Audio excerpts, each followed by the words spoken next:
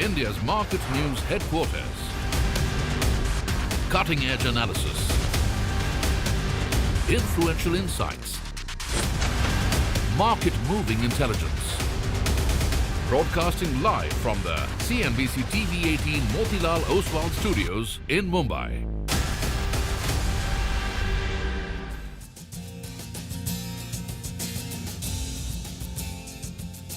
Good morning. You're with us here on a fresh new edition of Bazaar Morning Call. It's a rainy Monday morning here in Mumbai, and I think that is a big headline. There are lots of headlines to tackle over the weekend. There is, of course, sports. There is the swearing into the new government, etc., etc. But I think for me, rains are the top deal.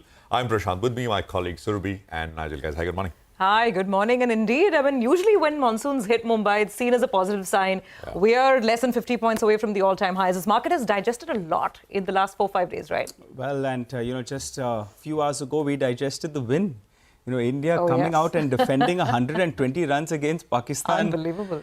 What a game. What a game. What an effort, I went to sleep and I woke up at, I don't know, I got up at about 2:30 or something, and then saw the one. I mean, how did that happen? So even I dozed off for a few minutes and I was like, no, these boys, they're going to come up trumps. At seeing the total on the board, frankly, I gave up. And just look at the man on the screen, Bumrah. He's the man. You're bowling 4 overs, giving 14 runs and taking 3 wickets. Yeah. Out of 24 balls you bowl, for 15 balls, no one can score. Yeah. Unbelievable performance. Pumped up. Let's see how the market's doing. I was flipping between tennis and cricket because, I mean, French Open. And of course, Alcaraz won, which is, of course, also the other big thing.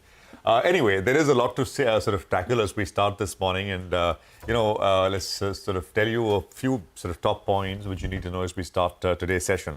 A new week, basically, because last week was so eventful, so large. Yesterday evening, there was a swearing-in ceremony at the Rashtrapati Bhavan, which happened. And, you basically had Modi, who was sworn in as the Prime Minister along with 71 ministers. So 72 total member team along with Prime Minister Modi.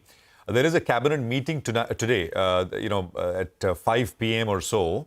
And I think portfolio allocations, etc., will happen after that. I mean, so essentially, portfolio allocation post that. It's actually... the ministers who've sworn in, there are familiar older faces as well, but there are newer faces as well. Lots of chief ministers, for example, have been sworn in. So a lot of speculation, and that is natural about who's going to get what portfolio. Will there be continuity? Will they, 100% for sure, there will be new faces. But what will they get? Will they get some of the more market-facing, important, sensitive sort of sectors, which I think, at least stock markets will watch very closely, or is going to be some of the others? So I think we'll know in a day or two, maybe even later today. So those are, of course, visuals from the swearing-in ceremony, which happened yesterday. So there was, real competition between the India-Pakistan match and, of course, the swearing-in ceremony. I think audiences, if you sample it, perhaps would, it'd be can't take it tucker, as they say. Well, let's just tell you what the market left off as, right? Almost at new highs. The Nifty basically was at new highs. And from Tuesday's low, which is the election day sell-off, big sell-off, we're up 2,000 points on the Nifty. So it's been a frenetic, fast-paced, one-way kind of move from that lows. The only opportunity where the market kind of stood still for a while is Wednesday morning, the day after the election verdict. We actually started higher. There was a bit of a dip, but that was it. And after that, it's been one way up. We got some data over the last couple of days, which tells you, and we've been kind of pointing to this, that HNIs perhaps are the big missing link, right? FIs have been big sellers. Local institutions have bought, but the gap is still very, very large. So who really sort of filled that gap? So retail as a category, which includes, and I have to add this, HNI, super HNIs, family offices, etc., they bought 21,179 crores on Tuesday, right? And that's essentially the missing link. Because this is the number that I was saying, and the gap. Last 5 sessions, FII sold 13,700 crores. Locals bought only about 5,600 crores. So there's a big gap. But the reason, of course, we now know is that retail is a category, which is everybody non-institutions, basically. It's not just sort of you and me, but everything non-institutional falls under retail. They were big buyers. Okay, now, the big headline from the US market is essentially the jobs data, which for the month of May has been extremely strong. It kind of really flipped expectations around. So stocks did not really react too much. So not very much there. But yields, the US 10-year yield, benchmark yield, which had been falling, it had fallen about 25, 30 basis points in about 4-5 days. In a single session, it jumped 15 basis points. That was massive. Dollar, it almost got to 105 levels. The high was 104.95 and then kind of ended around that. But that was a big 0.75% move higher. And precious metals in Friday's session, and what happens to gold, we look at microfinance stocks, gold finance stocks, beg your pardon. So I mean, watch out for this. But gold ended 4% lower. There was the headline out of China that the Chinese are not going to buy any more gold and they're going to hold on to those levels for a while. Silver ended about 7% lower. So we'll see. This week, you've got the CPI number out of the US and the FOMC sort of event, which is on Wednesday. The FOMC decision, which is on Wednesday, no changes expected, but we'll hear from the Fed in terms of what they see all of this panning out like. As far as the levels are concerned, I would say after such a breathless, frenetic pace of the market, you basically had a couple of days of cool off and adjustment. That perhaps is the most ideal kind of a scenario, but it's not played out like that. Support comes in at the 20-hourly average, which is 22,816. For the Nifty bank, targets are 50,353, and then the high, which is, of course, 51,133. And support comes in at the 20-hourly, which is 49,135 and about 48,906. It's been an absolutely crazy sort of roller coaster last 1 week, and hoping for more calmer kind of markets. Stock-specific action, there is a lot to track, which we will get to in a bit. GIFT Nifty will come up on your screen, which gives you an indication of how the markets are likely to open. I think it's indicating a flattish to slightly start in the red. 20 points lower is the implied open. Surabhi. Calmer markets, Prashant. Somehow the Indian market never manages that for more than like a day or two. So we'll see. We'll see if your wish is granted this week or not. But just another point on the non-farm payrolls data, just to contrast the number also with the previous print. Not only did it blow past expectations, this time around, the May print was 272,000. Expectations was about 190,000. The previous print, the April number was 175,000. So it's a massive increase, even month on month. The hourly wages number also ticked higher. It's touched 4.1%. Now, the reason maybe why the equity market didn't sell off as sharply was because of that one other number, the unemployment rate, because gradually that's now moved up to touch the 4% mark. So, maybe that's something that the Fed is also going to take on board when it announces policy later this week. And perhaps that's why the equity market was not selling off, still holding on to hope, because US markets have had a great finish, 2.5% on the NASDAQ. We're talking about 1.5% on the S&P 500. On the dollar as well, while yields shot up, so did the dollar. The dollar was up almost 1% intraday on Friday in US action after that NFP data. It's almost at the 105 level. So let's watch for this. Let's see what happens to the rupee as a reaction. Of course, back home, the roller coaster, at least the election news piece is over, barring, of course, portfolio allocation. That's the last, big leg that's remaining, and we should have some answers between today and tomorrow on that. The index is obviously just a gap up away from all-time highs. Now, whether that happens at open or not, or during the course of the day, we'll find out. But it's basically one breath away from fresh highs. The FII buying came back on Friday. That was heartening because in the up move of last week, the previous sessions were all sell sessions, starting from Tuesday, Wednesday, and Thursday. Friday, there was a reversal, and we had a net positive number of 4,400 crores. Let's see if this is the beginning of a trend or if it's a one-off. Domestic institutions were, of course, sellers on Friday itself. The monsoon's adding to the sense of cheer because it's finally reached Mumbai and 2 days ahead of schedule. And usually, there's some buying. There's some green on the screen when the monsoon arrives in Mumbai. So let's see if history repeats itself. Last but not the least, we need to watch out for the latest on the F&O market. And this is after a lot of deliberations. The much-awaited move by the regulator to try and tighten the F&O market in the interest of investor protection is finally here. So what did SEBI do? It released a consultation paper over the weekend. It was sort of out on Saturday, I think uploaded on the site on Sunday. And they are saying that the criteria of F&O inclusion needs to be tightened. And they've and it's across a lot of different parameters. So they're going to tighten it on median order size, market-wide position limits, the stocks delivery, that F&O stocks delivery value underlying stock in the cash market. And all of these thresholds are being hiked. The number of days the stock should trade, and it's at least 75 minimum trading sessions, average daily turnover, average daily open interest. So a lot of these norms the thresholds are being increased. What's not changing in this proposed paper is, the marketplace itself, the top 500 stocks by market capitalization, they will be entitled to be is included in the F&O market. SEBI's rationale obviously is that it needs to focus on investor protection, and they last revised the guidelines in 2018. So their contention is the market has really evolved and they want to ensure there are no illiquid stocks because that could lead to market manipulation. That's what the regulator is saying. Of course, we'll see comments from industry participants and market participants today. Let's see how that plays out. So as I said, enough to keep us busy. Never a dull moment in this market. Well, that's right. And we've been making this point that net institutions, they are buyers. So they're not big sellers. It's good. The Nifty can move up as well. But the retail audience, they are the force to reckon with. And just take a look at the timing. In the past week, we saw the timing of the retail audience, which includes large HNIs as well. And it was absolutely spectacular. So we track the FI data on a day-to-day basis. But now the NSE has gone ahead and given the retail category. And it comes with a bit of a lag, T+2, I think so. So we have that data and just take a look at it. On the day of the exit polls, they went ahead and they sold into the bounce that we saw. And the next day when everyone was fearful, there was big buying that we saw out there. Short point is the retail audience seems to be getting it right. We have been highlighting this on the client side in the F&O market. But take a look at their action in the cash market itself. And the FI data, well, that's the one we get on a day-to-day basis. Moving forward then, should we brace for a bit of consolidation? From the recent lows, the Nifty Bank already up between 8 to around 9%.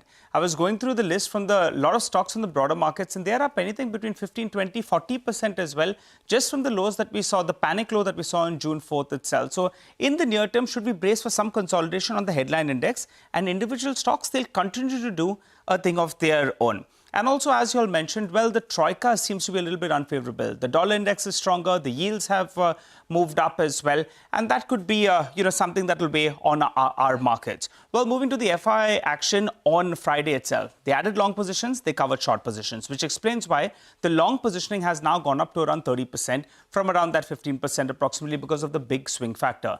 But I want to look at the FI number as well as the client data. And that's the story that, that's the graph that will tell you the picture. The FI short positions have come down drastically. From around 3.5 lakh contracts, it's come to around 1.9 lakh contracts. While the client long positioning has come down from around 3.3 to around 1.25 lakh contracts. So what that's telling you is some part of that short covering has taken place and the long positioning, the clients who have been talking about this, they get the timing right very, very well. They have taken some money off the table as well. So maybe in the near term on the headline index, we could see some bit of consolidation. But on stock futures, both of them continue to remain net long. And in fact, the FI net long positions on stock futures are at the highest we've seen in multiple months. Moving to the options data. 23,000 put continues to see a fair bit of addition. So that's the line in the sand because that one was very active on Friday's trading session as well. The premium has come down from around 200 rupees odd. So you plug in that number, 23,000 minus 200, 22,800 becomes an important mark as per the options data. And then you go deeper down, you have the 20 DMA as well. The theme that we'll be looking at is the FMCG space. But let's just pull up the Nifty Bank as well. Crucial levels should come up for you in the screen. You should track both these two levels. The FMCG basket, it came back to life in the initial part of last week. And I'll continue to track that because good monsoon, well, that's what will aid rural economy. And that, in fact, will help volume growth as well. Going ahead, the new government could lean a little bit more towards, rural economy consumption theme as well in comparison to CAPEX. So that's another point. And finally, valuations pretty much in line with the 5-year averages on stocks like Dabur, HUL, Britannia, Marico, as well as Asian Paints. So FMCG as a basket, I'll continue to keep an eye on them. Okay, absolutely, Nigel. Thank you very much for that. You come back over here. Let's kickstart things then with the equity call of the morning. Sai Mukherjee of Nomura says that given political continuity, he retains their sector stance and portfolio and remains highly stock specific. He says they are constructive on domestic sectors and prefer manufacturing or investment themes over consumption. Within defensives, he says they prefer IT services, healthcare over consumption. He says that they are overweight on financials, infrastructure, oil and gas, telecom and power, where a correction should present a buying opportunity. Science says they have a year-end Nifty target of 24,860 based on 20 times December earnings. Okay, well, we've got some view coming in on the rupee as well. So this is B. Prasanna of ICICI Bank who says dollar strengthened a surprisingly strong labor data in the US, pushed back expectations of a Fed pivot further towards the end of 2024, while other major central banks like ECB, Bank of Canada started cutting their policy rates last week. He says the rupee saw volatile sessions reacting to political developments at home. However, he says recent dollar strength backed by stronger US data will keep the currency under pressure in line with Asian and emerging market peers in the near term. He's expecting the RBI to continue to smoothen the volatility out, and the rupee he sees between 83.3 to 83.7 to the dollar in the coming week. On bonds, V. Prasanna says US Treasury yields reversed the bulk of the recent rally and inched higher sharply as labor data printed strong and higher than market expectations. Back home, he says yields remained volatile and hardened initially on the back of election results, but then recovered as likely stability in government formation returned. He says the RBI MPC turned slightly dovish as one more member joined the demand for a rate cut and a change in stance. He expects yields to track global yields in the near term, with the 10-year benchmark bond in a band, likely to be in a band of 6.95 to 7.05%. Well, we have a lot of stock-specific action to track for you. Get to that in just a bit in our special Top 10 segment. But we're looking at MGL, Avas Finances, KEC, Railtel Corp, Raymond, Godavari Power and Ispat, Samvardhana, Motherson. All of them will be reacting to positive news flow, while we have three of them that will be reacting to negative news flow. They include PI Industries, Suzlon, PTC India. Ed Yardeni is with us. He's president at Yardeni Research. He's with us to talk about markets and, of course, what's happening with US yields there. Ed, good morning. Good to have you with us here. I mean, US jobs, once again, a bit of a... Is it a head fake, or you think this is something real? Because, so many are pointing out that at an aggregate level, there is slowdown happening, even though the jobs number itself for May was strong. Markets reacted, big 15% jump in yields. What's your sense? Yeah, my sense is that the numbers overall really were consistent with a U.S. economy that's proven to be remarkably resilient to the tightening of monetary policy over the past couple of years. I think interest rates have normalized. Interest rates are back to where they were before the great financial crisis. And so far, the economy is doing fine and the stock market's at an all-time record high. I know that the numbers created some confusion because two different measures of employment indicated a different direction for the labor market, but I side with a number that looks strong, and that's certainly consistent with many other indicators we have in the labor market. So it looks good to me. Ed, hi, great to have you on the show. So if it looks good, I think the next question the market starts asking is, will the Fed step back a little bit from easing? What's the sense you have right now? And is that possibly something that could bother the market? How many rate cuts do you think are penciled in, and will the Fed deliver? Well, I've given my opinion on what the Fed should do over the rest of the year is simply to take a vacation, just take the rest of the year off. I don't think they're going to be doing anything.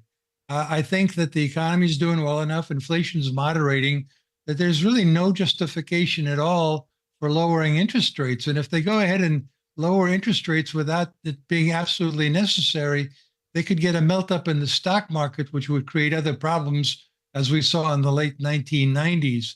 I think the market right now is back to working on the possibility that there may not be any rate cuts at all. I think we started out the year with 6 to 7 rate cuts.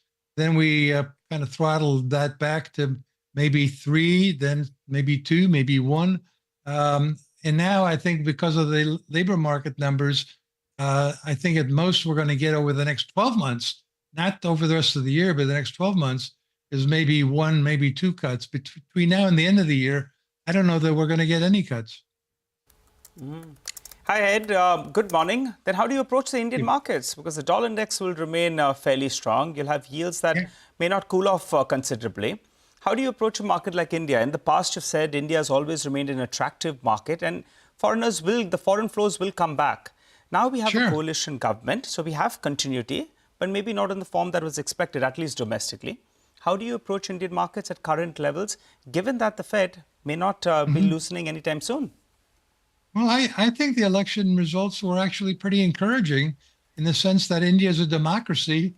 And as we know, democracies can be kind of messy at times and unpredictable. And everybody thought that there was a very clear chance that the government would have a majority in parliament, that Modi's party would have the majority.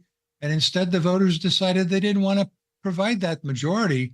So there's checks and balances. That's a good thing for any democracy. And yet, I think Modi is very popular from what I understand, and his policies are likely to continue to move India ahead in terms of infrastructure spending and taking advantage of this tremendous opportunity that India has as countries are looking to move out of China to somewhere politically more stable. Okay, Ed, so quickly to wrap it up, I mean, the Indian market's at all-time highs. Wall Street's practically at all-time highs. What's the risk, if there is one? Well, there's always a risk. I think the risk that inflation will stop going down, I'm not in that camp. But clearly there's always that possibility. I think most of the risk that we are facing is a global risk, and that is geopolitical risks. There's still a very horrible war going on between Russia and Ukraine. There's a horrible war going on between Israel and Hamas, and maybe also with some other proxies of Iran. And then there's always the concerns about what China will or will not do with regards to Taiwan.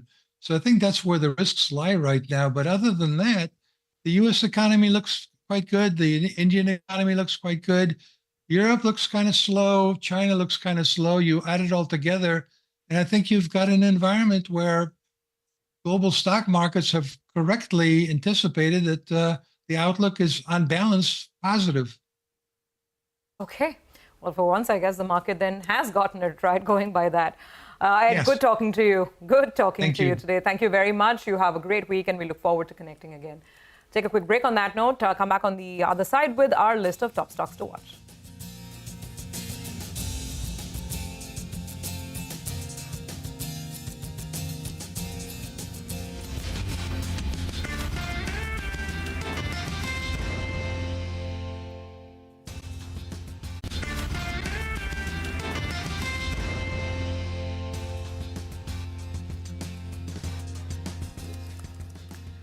Welcome back. Well, we are looking at cues which are not too bad. I mean, at balance, they seem pretty all right.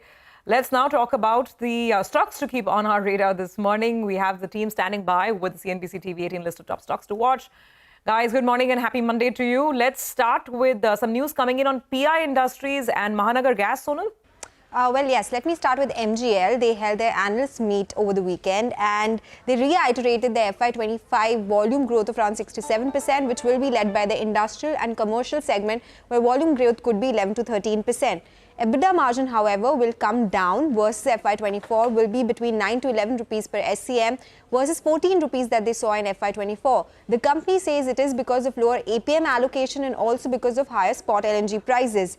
Additionally, the management said they're watching out for gas under GST, something a lot of analysts have spoken about as well. They expect the rate to be around 12%, and if that happens, volumes will see a growth from here on, because that will be positive for the entire value chain. The matter pertaining to marketing exclusivity, where PNGRB withdrew their notification, is sub judice, and the next hearing is on 31st July, so that will be an important event to track. PI Industries, where there is some sentiment negative news because one of their biggest customers for pyroxosulfone, Kumai, they have lowered their FY24 guidance by 9% versus the December guidance that they're given. PI supplies pyroxosulfone, which is an active ingredient in one of their major products, which is Axiv. Now remember, it is the largest export product for PI's CSM segment, and the lower guidance for Kumai has come because of global channel inventory destocking. So this could see some impact on the biggest product for PI as well, and that's why going with red on this one. Okay, all right. So now we'll keep an eye on both those two stocks. But let's hop across to Vamakshi. She's here to tell us about Suzlon and our vast finances. Morning, Vamakshi. Well, good morning, Nigel. Let me first start off with Suzlon then. The stock is expected to open lower today, and that is because Mr. Mark Desailly, who is an independent director of the company, has tendered his resignation. And while tendering his resignation, he cited corporate governance standards that were applied did not meet his expectations, including situations where communications lacked his expectation of openness and transparency. In fact, a conference call was held yesterday in which the CFO clarified that the issue issues raised were soft in nature and were process-oriented. They will be implemented in due course. And in fact, he also reiterated that all legal and financial disclosures have been fully complied with as per the regulations. But given this announcement, the stock is expected to open under pressure today. Apart from that, Aavas Financiers also on our radar. They've appointed Mr. Selvin Uthaman as the Chief Business Officer with effect from June 8th. In his last role, he served as the National Sales Head for Affordable Home Loans at Axis Bank. He has a proven track record of setting strategic direction, driving sales, as well as enhancing business margins. So overall, this bodes well for Aavas Financiers. Expect the stock to open higher today. All right. Thanks very much for that. Well, more names in the form of PTC, KEC and Railtel. Vamakshi, back to you.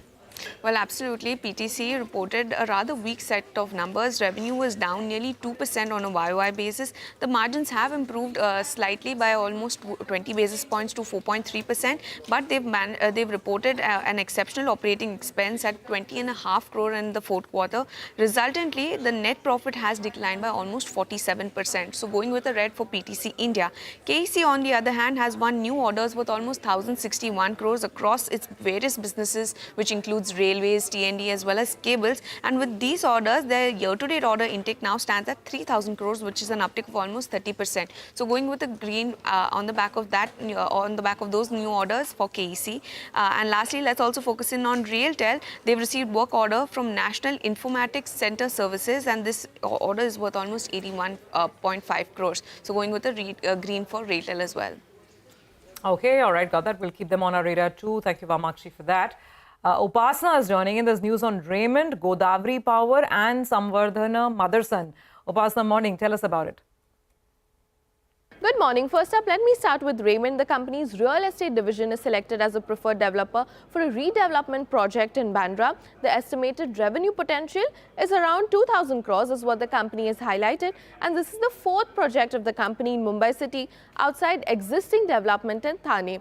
Next up is Godavari Power. The company's board meeting is scheduled on 15th of June to consider buyback of equity shares. Hence, this stock will also remain in focus today. And lastly, Samvardhan Motherson is also in focus as Moody's has upgraded the credit rating of SAMIL and SMRP BV to Baa3 from Ba1 with a stable outlook. Hence, all in all, I expect all these stocks to open in green today. Thanks a lot for that, Upasana. Well, let's do a quick recap of all the top stocks we just covered for you. We're looking at MGL, Aavas Financiers, KEC, Railtel Corp. We have Raymond, Godavari Power and Ispat, and Samvardhana Motherson. While stocks with negative news flow include PI Industries, Suzlon, and PTC India. Well, those are all the top stocks, but for the time being, let's turn our attention a little bit away from the equity markets to the commodity markets. Manisha Gupta joins us always to give us a quick update. Morning, Manisha. Morning, Nigel, and thank you for that. Well, commodities have come to a pause in the month of June after that rally that we saw in the month of April and May. And the major deterrent clearly has been the U.S. non-farm payroll data, which has come in much higher for the month of May at 272,000 jobs, which is the highest in 5 months as well. So the markets are looking at a decline in the commodities. You have the gold prices trading at a 1-month low, silver at 4.5% of a decline in the previous week. The crude oil price is also put in a third week of loss. We've seen copper prices trading at a 1-month lows. Steel is trading at a 2-month low. So basically everywhere that you look, we have seen that reaction come into the U.S. jobs data. Okay, well, some profit booking coming through as far as precious metals are concerned. Manisha, thanks very much for that. We'll take a quick break here. Prakash Diwan will be with us with some fundamental stock analysis. Stay tuned. That's coming up in just a bit.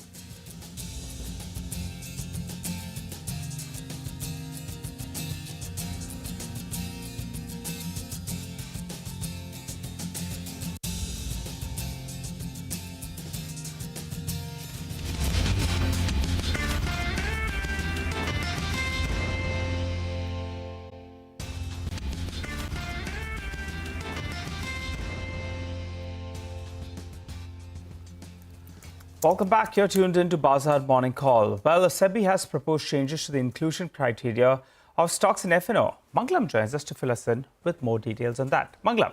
Good morning. So, I was seeing the inclusion for F&O norms coming in from the SEBI and the new discussion paper that has been issued. It looks like there would be tightened rules for inclusion in individual stock derivatives itself. the key highlights of the discussion paper that you see, the first one is that contracts on individual stocks should have sufficient liquidity and trading interest from market participants. Up until now, this was limited only to index futures itself. For a stock to be considered for F&O trading, it should have traded for 75% of the traded days. So this period is something that SEBI will perhaps define later. 15% of active derivatives traders should have traded this stock. Average premium daily turnover should be anywhere around 150 odd crores, and average daily turnover on the stock should be between 500 to 1500 crores. The maximum number of open F&O contracts must be between 1250 to close to around 1750 crores. The time periods for the same have not yet been defined in the discussion paper, but this is a discussion paper itself to perhaps tighten the norms for inclusion in F&O to protect retail interest, to protect volatility and protect price manipulation itself. On the back of that, there have been notes coming in, and IIFL alternates have written a note. Based on this, they've a long list of probable additions and deletions. So some of those names of that include the likes of Angel One, BSC, you have Delivery, DMart, Mazagon Dock, Nykaa, Varun Beverages and Zomato as inclusions. These are just indicative, not an exhaustive list of names. And probable deletions could be the likes of Abbott, Bata, Balrampur Chini. You would also have names like India Mart, Metropolis, Sun TV and United Breweries, which may be taken off. But mind you, these are just suggestions. A discussion paper is underway. Let's see when there there is further clarity on these. Oh, absolutely, Mangalam. Thanks for that. Actually, they haven't given too much of a timeline to respond. It's the 19th of June. So whoever wants to say anything, any suggestions, comments on the discussion paper, there's a link.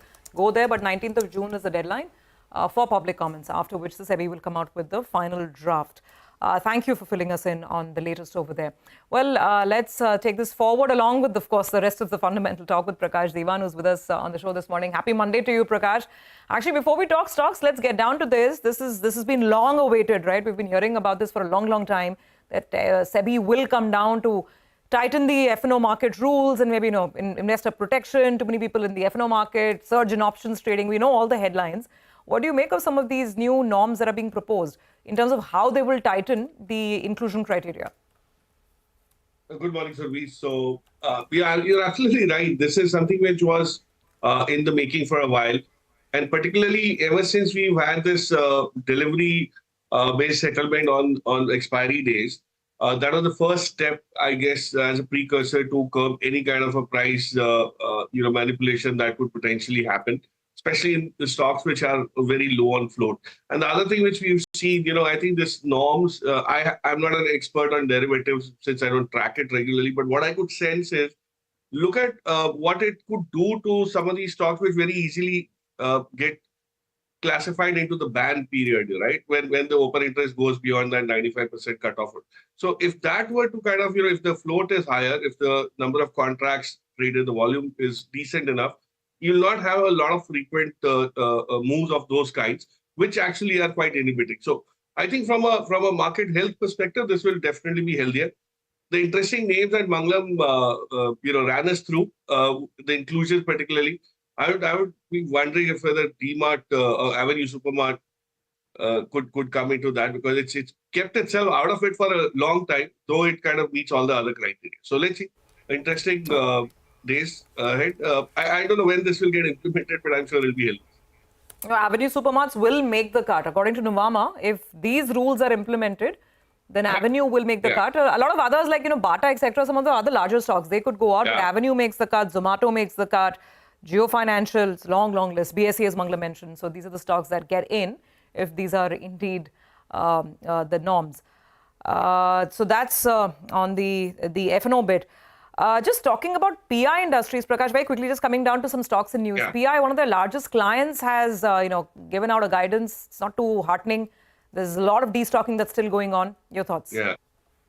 No, absolutely. And remember, the Japanese don't do these things very easily. I mean, there must have been enough. It's a well-meditated decision, I'm sure. And pyroxsulfone is something which is such a mainstay part of PI's portfolio as well. So I'm sure there's going to be an impact today.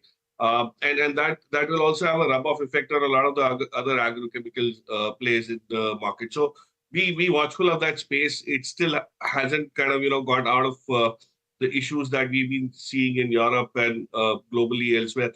The only saving grace there could be, some of the import substitute products which have been doing well. They'll probably continue. So you might have that, and some of the businesses, some of the chemical companies which have shifted gears into other chemistry could probably benefit. So guys who are into battery chemicals, the likes of Deepak Nitrite, which have gone into phenolics. So you'll probably have to shuffle your portfolio if you have chemicals as an exposure. But it's yet not time to jump in and buy afresh. Prakash, hi, morning. Extraordinary last few days, right? Absolutely, week to remember. And week to week, I was just looking at changes. The IT index is up 8%. This is not from Tuesday's lows. Friday to Friday, the IT index is up 8%. All the attention was on staples and FMCG. The FMCG index itself was up 7%. The auto index ended up 7%. This is all Friday to Friday. And the PSE index, for all the noise and fire and fury, it ended down 1.5%. That's it. Where is, generally trading interest and momentum likely to show up going forward after what we've seen? Good morning, Prashant. No, absolutely. I agree. The week has been tumultuous in that sense, but it teaches you one very classical lesson, and that is long-term investing has got nothing to do with what happens in a day or in a week or probably a month as well. So, we are talking about the same stocks, same sectors from a longer-term perspective that we did probably a week back. But yes, for traders, it could be fairly fatal. In terms of stocks that do well, if you really ask me, you will have autos which will continue to, some of the auto names, and let me tell you, it's now monsoon related. It's got nothing to do with consumption, and also Mahindra & Mahindra, my sense is, will continue to ride on that momentum. You'll probably have IT take a backseat at some point. You have the likes of Wipro and all, which are kind of correcting on the way up because they were oversold. But I haven't yet seen anything significant. And the worry is, given what's happening in the US, Prashant, and you track that very closely, the way the yields have started firming up, the DX is going up. You'll probably see the dollar lose ground and the rupee gain some strength over the next few months. And if that were to happen, IT will have to be re-looked at in terms of what kind of earnings you could expect from there. The only pocket that I feel, and let me of course touch upon PSUs. PSUs will probably see a little bit of sideways movement because the multiples were too high, so it needed an excuse to correct it. The business will continue to do well. Some of the PSUs are very smartly bracing for another bout of growth, but that doesn't mean that the stocks would also kind of follow suit. But the area that I think will do very well is cap goods and infrastructure. So infrastructure, we've seen the first semblance of moves coming. There's a lot of clarity that will come through in the next 100 days in terms of which pockets will see money getting spent, which was not the case for the last 2 months because of the way the regulations are. There's nothing much which has happened on infrastructure, but telecom, roads, water, urban water management, these are pockets that probably do exceedingly well in the next 6 months, in my view. But yes, PSUs largely will probably take a little bit of a backseat. Right. Prakash, on that 100-day agenda, the Indian Express is reporting this morning, guys, we were discussing this last week about housing, right? Perhaps. The Express is saying that as part of its 100-day agenda, first 100-day agenda, the newly formed government is likely to approve 2 crore additional houses under the Pradhan Mantri Awas Yojana. That's the PMAY Grameen, this rural, with higher assistance per beneficiary. So we don't know in what interest subvention or something else. We don't know. But yeah, these are the kind of stories which will now start to. First, of course, is who gets what portfolio allocation. Yeah. But then after that, I think what sectors get the impetus. Yeah. Absolutely. I think Prakash, any thoughts on this one? Housing as something we were discussing last week as well. No, absolutely. I think the better way to do that, to play this theme, Prashant, would probably be the HFCs, right? We are all talking about how NBFCs and financials as a weightage hasn't kind of, got its fair due, whether it's in the indices or whether it's in allocation of portfolios. But somewhere HFCs will start doing it. And you see how some of them run up. You look at Canfin Homes, you look at LIC. My sense is that in the last 3 years, they've all showed up their balance sheet to a very great extent that they'll be able to leverage on the growth going forward. And of course, you have some of them which are focused onto the affordable pocket or the price point, which might make sense, the likes of Awas and Aadhaar and all of that. But I would not play this with the reality thing. Real estate is a tricky thing for affordable, but nobody's focusing on it in amongst the larger, well-balanced, well-capitalized kind of players. But the HFCs are the way you could do it. And then, of course, indirectly, you have cement and home improvement and all that. But then that takes time. There's always a lag. The HFCs, the moment somebody buys a house, you have HFCs coming into play. So that's where, I think there'll be a lot of value being created. Multiples will re-rate before the EPS actually goes up. Absolutely, and just thinking, probably a good time for Bajaj Housing Finance to be coming out with their IPO. Though I don't know how much of their book is catering to rural. Of course, those discussions and debates will happen on that 7,000 crore rupee IPO that's coming on the housing finance side. But for the time being, let's quickly head across to Anuj and figure out what he's making of the setup. Anuj, morning, it's a brand new week. All-time highs? Morning, Surabhi. Practically there, right? Sensex hit that on Friday itself, and the Nifty was just a couple of, a few points away. So that's more or less given. But what last week has told you is that this is a market in which those who have stayed invested and have actually bought the dips got rewarded handsomely. Just look at, I'm sure you've discussed this already, but what happened on June 3rd and 4th. June 3rd, when FIs actually bought 6,600 crore, retail actually was booking profit on that day. And on June 4, when FIs sold 12,000 crore, actually retail bought 21,000 crores. So it also puts to bed the theory that, some FIs perhaps had information about the exit poll, etc. So that I think is quite interesting because retail plus HNI actually sold in the exit poll rally and bought on the day the market actually crashed. Now coming to the setup, one very interesting thing is the FI long short ratio because that's the kind of data that moves the market on a day-to-day basis. On Friday, 64,000 longs were added and 29,000 shorts were cut. But we're still net short as far as the overall positions are concerned. Of course, we are not as short as we were on the day of the numbers. That day, we were 3.5 lakh short. The next plate, please. And now we are 1,92,000 short. So obviously, it's come up. And from 12.75, we are now at 30%. But perhaps there's still some more scope for short covering. I think that's more on the Bank Nifty than the Nifty because we've seen quite a bit of buying in Nifty, not as much in the Bank Nifty. In terms of levels to watch on the Nifty, the first support is 23,000 to 23,100 and then the bigger support 22,800 to 22,900. Resistance on the upside, first the all-time high of 23,338 thereabout, and then of course based on the options data 23,450 to 23,516. The Bank Nifty, as I said, there's still some differential and still some shorts in the Bank Nifty. 1,300 point away from all-time high. Is it possible that it fills the differential this week? Maybe it does. In terms of levels to watch, 49,450 to 49,550, and then 49,000 to 49,100 in terms of support. On the upside, 50,400 to 50,500 based on options, and then the all-time high of 51,000 to 51,150. I'll leave you with the quote of the day, and from the legendary Muhammad Ali. Don't count the days, make the days count. I've taken it earlier, maybe I have, but it's just one of those quotes that I really like. Okay, fair enough. And it's a good quote, so why not hear it again, even if that's so. Anuj, thank you very much for joining in. You have a good day. Let's actually put the spotlight quickly on a company now before we carry on with the rest of the market conversation. Zen Tech is a stock in focus.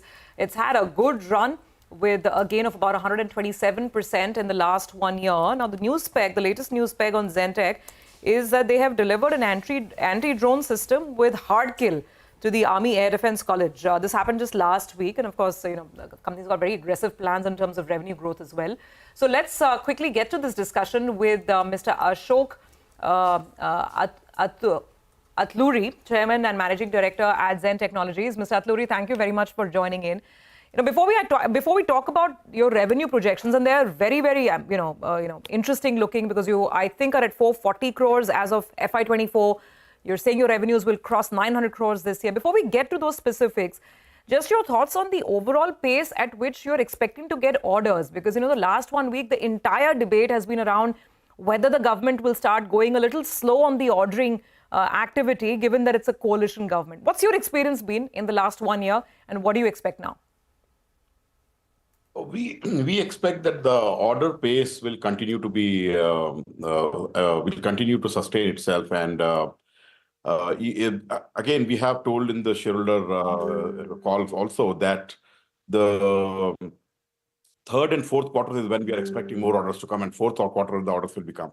But with the ground to the year, we don't see any slowing down at all. The aggression is going, more that we should buy more Indian Indian IP developed products. So I think they are absolutely, everything is absolutely on track. Only more aggressive is what I would feel. Okay, all right. Hi, Mr. Atluri. Good to hear your optimism, and you believe things will look up, particularly in the second half of this fiscal. So good to hear. Tell us about this recent piece of news. You have delivered a groundbreaking hard kill ADS, that's anti-drone system. Tell us more about this. What is the revenue potential? How much do you get currently from ADS? So for the last year, we did about 100 crores of ADS, 300 crores of simulators, and about 30 crores of annual maintenance contracts. But what is new about this order is that a lot of people are pushing for new weapon systems to be bought along with anti-drone systems. They have said that legacy systems will not work with anti-drone systems. So Zen has integrated L70. L70 is almost a Second World War vintage equipment. Has integrated L70. And that's L70 air defense gun, and actually been able to shoot down micro drones. So that was actually a mind-blowing achievement that we have been able to do, and we have delivered the thing. And we expect, because these L70 guns are there in about more than 40 countries. So, and all those countries were, and the drone is a threat. There is no debate on that. So could these weapons be used? So with this, we have said that any air defense guns can be integrated to bring down the drone. So that's the big achievement. And I think in terms of revenue potential, I would say it's very large. I don't want to put in numbers, but it could be at least a few hundreds of millions of dollars, the overall market size. But for Zen, maybe a part of that. Right. Mr. Atluri, hi, morning. Prashant here. Absolutely. Drones are it's scary, right? Because cheaper drones, non-state actors, you don't need very much to sort of try and potentially inflict a lot of damage with completely unsophisticated these kind of drones. And we've seen the experience of that lately around the world. But just a quick point. I think you told us earlier that eventually between simulators and anti-drone systems, revenue mix should be 60-40. Is that roughly where you would be? You see this progressing? For example, this year we see 75-25, mix. So, on average, we expect that to be around 60-40. I think, but I'm saying on the long term, it will be 60-40. But, this year we may have again, very dominant ADS orders. And so this will keep happening. The quarter, especially quarter-wise, it will be more volatile. But yeah, overall, it will be between 60 simulators, 40 drones, or maybe even 50-50, the way things are going for anti-drone systems. Your order book, when we chatted in February, was about 1,400 crores. Any change to that? No, our order book, I think currently, yeah, it's whatever we gave the announcement, that was the last announcement we gave. And for now, it's still around 1,400 crores, yes. Sir, just a question on the margin profile of these, anti-drone systems. Since this will grow to becoming almost 50% of your business, are the margins same for simulators and ADS as you scale up this side of the business? ADS has, we say that the ADS EBITDA would be around 30% and simulator is around 40%. So on an average, we say EBITDA will be about 35%. Okay, very quickly about the export order book. You're expecting it to scale up. How much was exports in the past year? How much is it likely to be in this year? I recall you saying that you want that part, the exports part of the business to scale up as well. So how do you see that happening? Exports are, we think that exports are going to be very, very large. But, again, we are talking to many countries and the time frame is not clear. But I expect something to happen during this year. And they may be very large. Again, that would really change the calculations of, as earlier they said 900 crores looks very aggressive. But again, whether it's exports or it is domestic, we have actually almost disconnected with this percentage-wise growth. It is the growth is happening in such phenomenal way that when I say 50%, people within my company actually laugh that this guy is setting a bar low so that he can easily jump. So but we expect that things will, and of course there are a lot of ifs and buts. But I think the growth is going to be phenomenal for companies, especially that do self-funded R&D, not taking the TOT or borrowing, just doing manufacturing, but self-funded R&D like Zen Technologies. We are going to get a lot of orders, not only from domestic, but even from international market, because they want companies that can have their skin in the game. So yeah. Absolutely. I mean, you've told this before, that unprecedented sort of environment, positive environment for your business. Thank you very much for joining us, Mr. Atluri. It's always a pleasure, and look forward to speaking with you again. Thank you. Well, Nimesh is now joining in on Emphasis, and there is a block deal coming. Nimesh, hi, morning. Hi, morning, Prashant. And block deal and a large block deal, right? So almost 15% equity is likely to change hands. So the base book is 10% equity, but there is an upsize option to sell another 5%. So private equity investor, which is Blackstone, that they are looking to sell close to 15% of the company's equity via block deal. The floor price indication is 2350, which means a 5% discount to Friday's closing price. I understand from sources the demand seems quite good. Almost 70% of the book is bid by the domestic mutual funds and insurance companies. So need to see how the execution happens. So to start with, I'll go with the red because there is a 5% discount. But after the block deal gets executed, you'll see a bit of a pullback as well, because the demand seems to be quite decent. As I said, 70% of the book is bid by domestic mutual funds.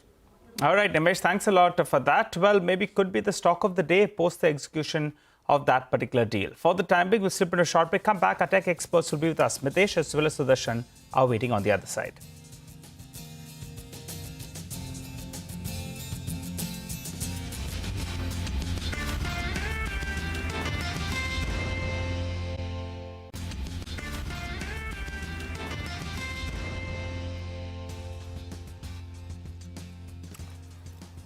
Okay, welcome back. There's 5 minutes to go for the pre-open session. Let's get our technical experts with us. Mitesh Thakkar and Sudarshan Sukhani are with us with what they make of things. Gentlemen, good morning. Good to have both of you here.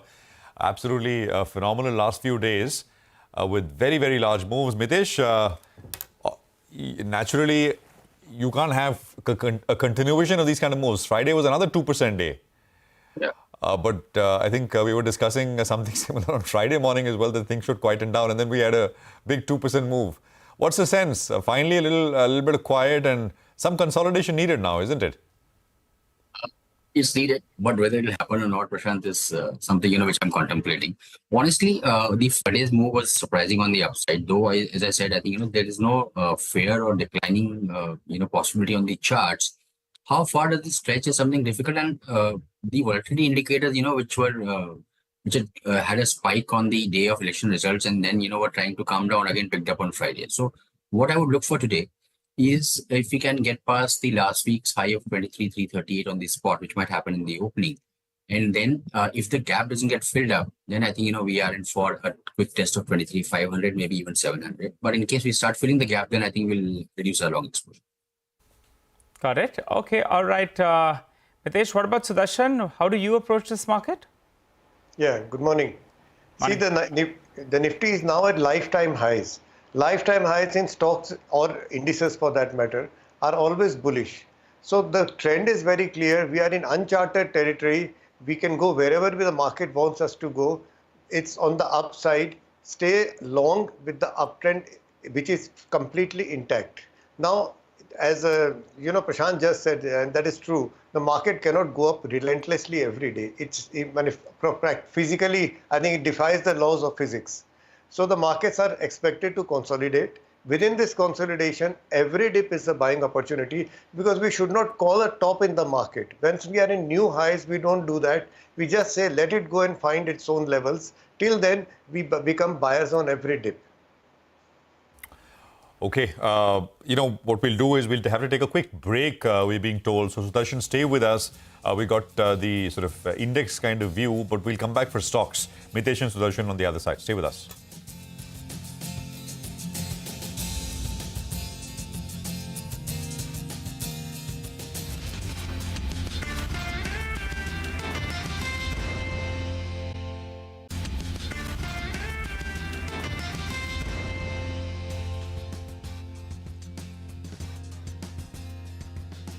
Welcome back. Well, as promised, let's get back to Mitesh as well as Sudarshan to help us out with their stock picks. Sudarshan, you go first. Tell us, what are the stocks that you're tracking today? Well, they are all on the long side. This market really doesn't reward anyone looking to short. Godrej Properties is a buy with a stop under 25.85. Bharti Airtel is a buy, and see how Bharti Airtel has gone up, relentlessly, not stopping at all, with a stop under 1316, Ashok Leyland, which comes in my list repeatedly nowadays, is a buying opportunity with a stop under 210, and HAL, Hindustan Aeronautics, with a disclosure that I have a very small investment in it. It's a buying opportunity with a stop under 41.50. Mitesh, what about you? What are your stocks? I have all buy calls as well. A buy on a couple of index heavyweights like Reliance with a stop at 2919, buy for the first target of 2990. ITC is a buy with a stop at 433.5 for targets of 451. From the IT name, I've got Zen Technologies, which is a buy. Keep a stop below 1414, look for targets of 1470. And Cipla is the only conditional buy where I would want to see the stock price get past 1504, 1505. It's closed at about 1497. So buy above that, keep a stop at 1484. 1550, 60 should be the first target. Okay, all right, gentlemen, got that. Thank you very much. We'll come back to you closer to market opening now for some more ideas. The pre-open rates are coming through, very, very early rates, and it's very quiet right now on the Nifty. We saw a little bit of red, now it's blinking some green. So let's see how it settles and where it goes. So rupees taking a 10 paisa knock, right? Yeah. 83.48 compared to 83.37. I think this is the dollar strengthened meaningfully and yields went up very sharply as well. So just a quick word there. So 10 paisa, weakness in the rupee as compared to the dollar. Oh, absolutely. The dollar. Let's look at the dollar index as well. It's almost practically at 105 because of the surge after the non-farm payrolls data on Friday. And that's showing up against the rupee as well this morning. Yeah, it's crossed actually. I mean, in the morning before starting the show when I checked, it was just below 105. And now it's crossed that level as well. It's a big move on the dollar, showing up on the rupee as well. But back to equities, and let's get some more trades in on the F&O market now. Chandan Taparia is joining in. Chandan, good morning. What stocks and what strategies are you looking at today? Good morning, Subhi, Prashant and Nigel. Thanks for having me. We witnessed a roller coaster ride in the market in the last week. Nifty corrected from 23,338 to all the way to 21,281. But again, it managed to recover from the lower levels and settled near 23,300 marks. So a decline of 2,000 points, almost recovery, clearly indicates that bulls are holding the dominance and every meaningful decline is being bought. At the same time, we have seen a cool off in the volatility. India VIX corrected from 31 to 17 marks. We have seen a surge in the put call ratio. So falling volatility with rising put call ratio with higher market base clearly indicates that bullish stance could continue in the Indian market. As of now, we believe that till Nifty holds above 23,000 zone, the ongoing momentum could extend towards 23,700 and towards 24,000 marks.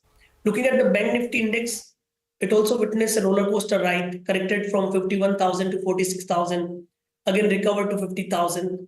So a volatile swing of 5,000 points was seen, but again support-based buying is clearly visible. Some underperformance is there, but sustained buying interest on a small decline could take it to higher levels. So till it holds above 49,250, any small decline could be bought for an upside target towards 50,500 level. Now looking at the stock wise, we have positive view on the Nifty auto segment, one of the strongest sector. Most of the stocks are doing well, including M&M, Bajaj Auto, Hero Moto. So here we are recommending to go long on Bajaj Auto. The stock is trading in an upward rising channel. It has respected to its 50-day mark, ready for a fresh leg of rally after the consolidation breakout of last 10 weeks. So one can buy with support of 94.50. Overall, we are expecting a run up towards 10,150 marks in this counter. Second trading idea, there is buy on Bharti Airtel. The stock is continuously making higher top, high bottom on the weekly chart. We have seen a smart recovery in last few days. It surpassed its previous hurdle and set for a fresh leg of rally. So one can buy for an upside move towards 1490 with support of 1395 level. Last trading idea, that is buy on Divis Lab. Nifty Pharma itself is giving a breakout and Divis Lab has formed a bullish pattern. We have seen a breakout on the monthly and weekly chart. Sustained buying interest is clearly visible. So one can buy with support of 44.25. And here we have a target towards 47.50 zone. All right, Chandan, thanks for joining in. Wishing you a good day ahead. Well, let's focus on the defense theme. Bharat Dynamics is one such stock that's seen a big run in the last 12 to around 18 months or so.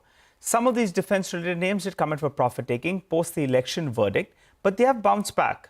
Valuations are not very supportive as well. But to understand how Bharat Dynamics is shaping up and what's the outlook from here on, we're joined by Mr. A. Madhav Rao, the Chairman and Managing Director of the company. Good morning, Mr. Madhav Rao. Thanks a lot for joining in. Well, a quick comment first up. We have a coalition government and some fears are that maybe, in fact, the kind of push that we saw to defense may not see the same in a coalition government. Your quick comment before we get to focus on the business itself. Good morning and thank you very much. It's a pleasure to be with you. Yes, the coalition government is a reality, but I don't see any great impact on the momentum on the defense procurements and the investment in defense. Got that? So that's out of the way. You believe things will continue and the focus on defense and the impetus that we've seen will continue. Got that. Mr. Madhav Rao, let's focus on execution then. Towards the second half, I think, of FY24, there were some supply side issues. And that's why there wasn't that revenue growth that you were talking about didn't come about. So have the supply side issues got sorted off to some extent?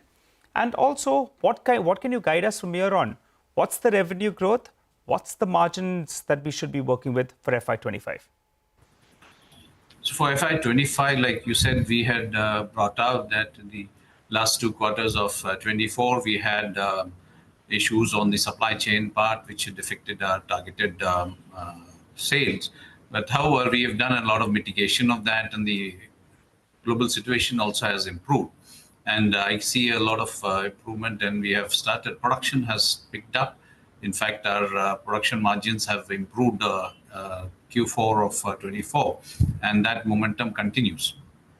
What I can see, conversion of that into revenue will happen from the second quarter of this financial year. And that is going to be substantial, I would say.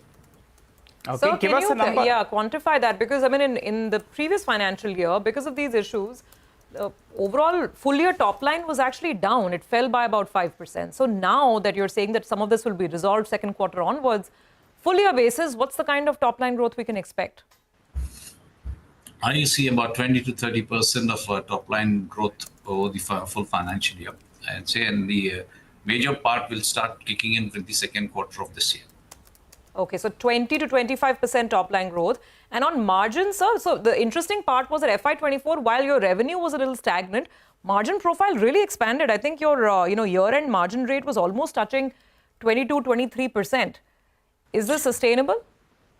Yeah, largely in our case, the margin is dependent on the product profile that you do in that financial year. So I would say that this year also the normal margin rates would be about 15 to 20% with respect to Bharat Dynamics, the EBITDA margins. And this year we will continue to have around 20%. Okay, so I mean, good morning, sir. Prashant here. So you basically, FY23 margins were about 16%. So you're saying that in 25, you'll go back to, as you say, between 15-20%, right? More normalized kind of margins. 20%, I would say. Closer to 20%. Got that. The other thing is order book, right? I think if I look at order book as at the end of March 24 as opposed to March 23, order book was 19,500 as opposed to 21,900 crores. So it's actually about 10-11% lower, 24 over 23. Could you tell us what are your expectations for 25 in terms of order bookings?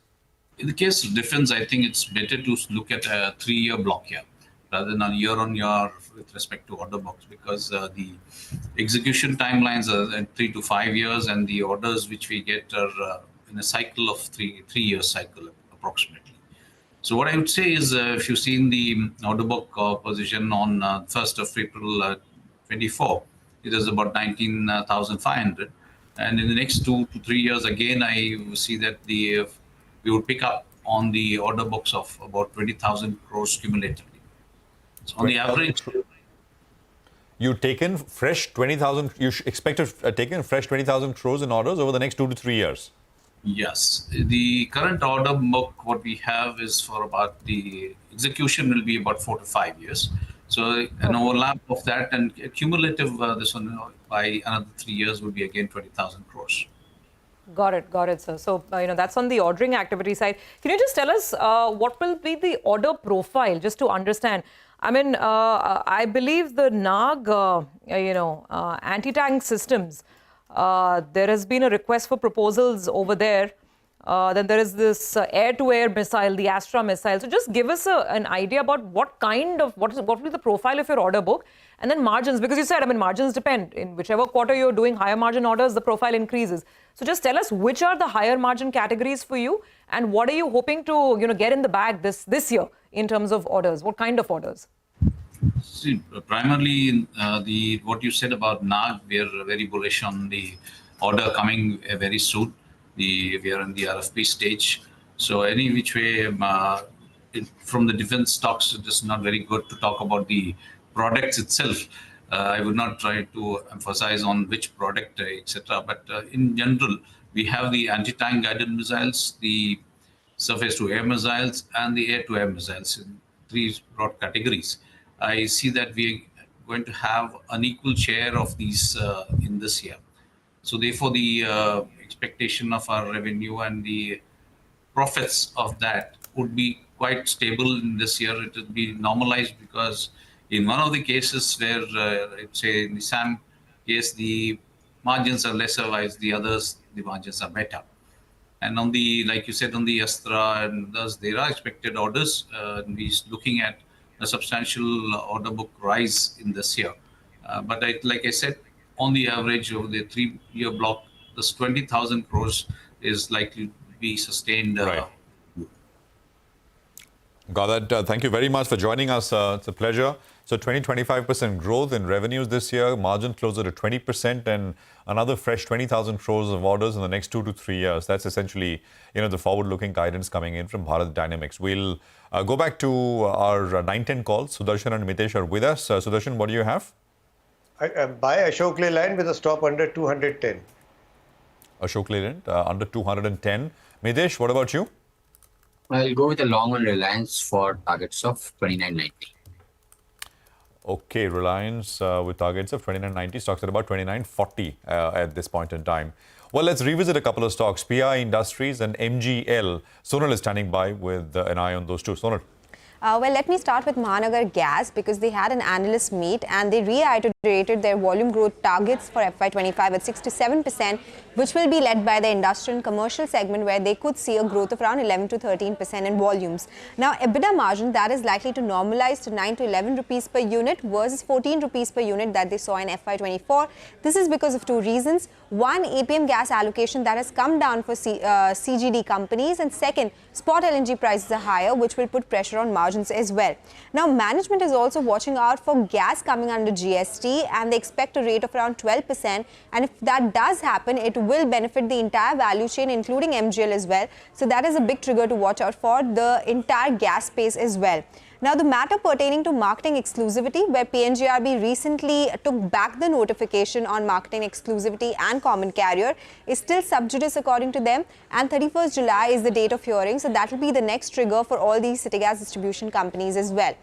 For PI Industries, well, there is a sentiment negative news because one of their biggest customers for pyroxosulfone, that is Kumai, they have lowered their guidance by 9% for FY24, and they also say that it is because of global destocking. Now remember, pyroxosulfone is largest export product for PI's CSM segment, so this could come in as a sentiment negative for the stock. Right, we asked PI Industries about this one. They did say that it's actually up to our customers. So, I mean, this is coming in as an important cue. Sonal, thanks very much for that. So, PI and MGL in focus. CEAT is the other one we want to sort of also talk about.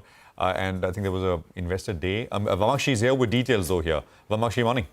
Well, good morning. Well, absolutely. When I look at the key takeaways from the con call. They said that FY25 volume growth is likely to be in high single digits to low double digits. FY25 exports are expected to likely grow by double digits, and the key focus regions include Latin America, Europe, the US as well as Middle East. Medium-term target is to increase share of exports to 25% from 19% in FY24, and in fact they're targeting to become the number 2 player in the PCR segment by end FY25 from number 3 currently. Tire realizations are also expected to improve on premiumization as well as electrifications, while the raw material costs are expected to rise by nearly 3 to 4% in the first quarter due to cost of natural rubber as well as crude derivatives. So given all of those factors, we have a couple of brokerage calls as well. Nomura has maintained a neutral call, target price of 2,820, and Investec on the other hand has a buy call, target price of 2,900 per share. Okay, all right, got that. Kamakshi, thanks very much. And there goes the bell. So the starting is about 35 points higher, 23,333. Remember, 338 is the all-time high on the Nifty. And I think here we are. We have hit the all-time high. So yes, the Nifty joins its, cousin, the sensex, in making fresh all-time highs. What's leading it? Actually, let's quickly pull up some of the major movers. Adani Ports, Power Grid, Adani Enterprises, Coal India, Bajaj Auto, BPCL. These are the early movers, NTPC, Wipro. So very mixed and a very diverse set of stocks taking the market higher. The Nifty is finding a little more traction, 23,375. So building on that first opening gap up with the fresh all-time highs in the bag. On the downside, actually not too much. There's a bit of a cool-off in some IT names like Infosys and LTI Mindtree. There's Hindalco, which is down about 1%. But otherwise, the rest of the market's actually looking pretty good. It is. It's a century on the Nifty now, and we're closing in on 23,400, guys. So off to another solid start this week. Well, some of those Amara, Mr. Chandrababu Naidu related stocks, so to call it, then he's back at the helm at Andhra Pradesh. They continue to run along. Heritage Foods, well, guess what? The stock was up 45% last week. It's up another 10% today. KCP, it's up close to around 10% as we speak. Amara Raja, another 9%. Keep in mind, these are stocks that have already seen a big rally and they're just building on the gains out there. We had highlighted a few stocks in Friday's trading session as well. KCP is what we covered earlier in the week. Then we had told you that if in case, that entire Amravati plan needs to come back on the table, then there could be select stocks like NCL that could gain. You have Sagar Cements as well that's doing pretty okay. So some of these stocks that have seen a big rally, they continue to pile on the gains, and that's clearly evident on the screen. Well, just take a look at a few more names. Ashoka Buildcon, well, the stock is up close to 10%. So that's another big move in today's trading session. Paytm is up close to around 7%. BEL is up close to around 3%. So big moves out there. Suzlon's one of the top losers, actually. It's down close to around 3%. Vedanta's coming for selling. Prashant had highlighted earlier that silver has seen a bit of a pullback. And, that's the only play on silver. So when silver does well, some part of the valuation comes in from silver. So that's why, in fact, that stock has pulled back close to around 3%. And Emphasis down, but pulling back a little bit. Prashant. Let's just pull up, Muthoot and Manappuram as well. Gold prices have sort of taken a bit of a knock, 3.5%, 4%. There are no sort of gold stocks in that sense here. There are gold finance companies. And they've done well when gold prices have risen. So we'll take a look at that as well. Nothing so far. It's absolutely flat, Muthoot. But there are no volumes. 7,000 shares so far. And Manappuram as well. Manappuram is down about 0.16%. So nothing. The market's risen very fast to being up 100 points. So, if you're waiting for some consolidation and stuff, not happening, at least not this morning. It's triple-digit gains once again here as far as indices are concerned. But I think we should, at some point today, start to see a bit of a cool-off, a little bit of that much-awaited, slower pace of move, let me put it that way. Paytm is up it was up 10%, I think, on Friday. It's up another 7.5%. There is Patanjali, which is up 5%. Some of the big volume-led movers is what I'm referring to. Amara Raja batteries, that is up another 6.5%. Exide, of course, was all the talk of town for the last many weeks. But last few days, Amara Raja has started to pick up very sharply. And you've got Adani Power, which is up very sharply as well. So 810, it's up 6% on Adani Power at this stage. What else? There is Railtel, which is up 4%. Railtel is up 4%, 391, 392. KEC is up about 5.5%. KCP continues this massive move. from 180 kind of levels, 170 kind of levels, which is where it was on the election results day. It closed that day at 170. It's at 260 now. So that's KCP. I think Nigel has been highlighting this one as well with regards to the change in government in Andhra. There is GPIL, which is up about 6%. Jyoti CNC's limit up 10% on Jyoti CNC, and it's got large volumes as well. Exicom is up about 4.5%. You got a new listing, TBI Con, but it's got some prominent HNI investors. That's up 4%. 217 was up 5% on Friday. I think it's up again, and so it goes. So it's a good-looking screen. Market breadth is 6:1 in favor of advances at this stage. So all in all, a pretty good open this Monday morning. Absolutely. Yeah. Well, it's 400 par for what it's worth, 23,400 is astounding, this market, absolutely. The only thing is doesn't, stop to digest any gain at all. It's like, eating more on a daily basis without waiting for digestion to really kick in. But, that's the nature of this market. I just wanted to mention Motilal Oswal. The reason that stock's higher by about 14% is that there is a 3:1 bonus that's kicking in today. So that is the effective date, and that's why you're seeing so much of excitement around that stock. Paytm had a fantastic session on Friday. It's building on that this morning. Paytm is up another 8%. It's back to about 413 as of now. Ganesha Housing is up 8.5%. We're discussing a lot of these housing finance players that are getting excited because housing remains a very, very big focus area. In Modi 2.0, expected to remain the same in Modi 3.0 as well.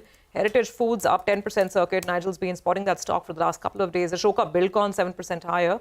So yeah, it is extremely buoyant. And the Nifty also retaining a bulk of its gains as well.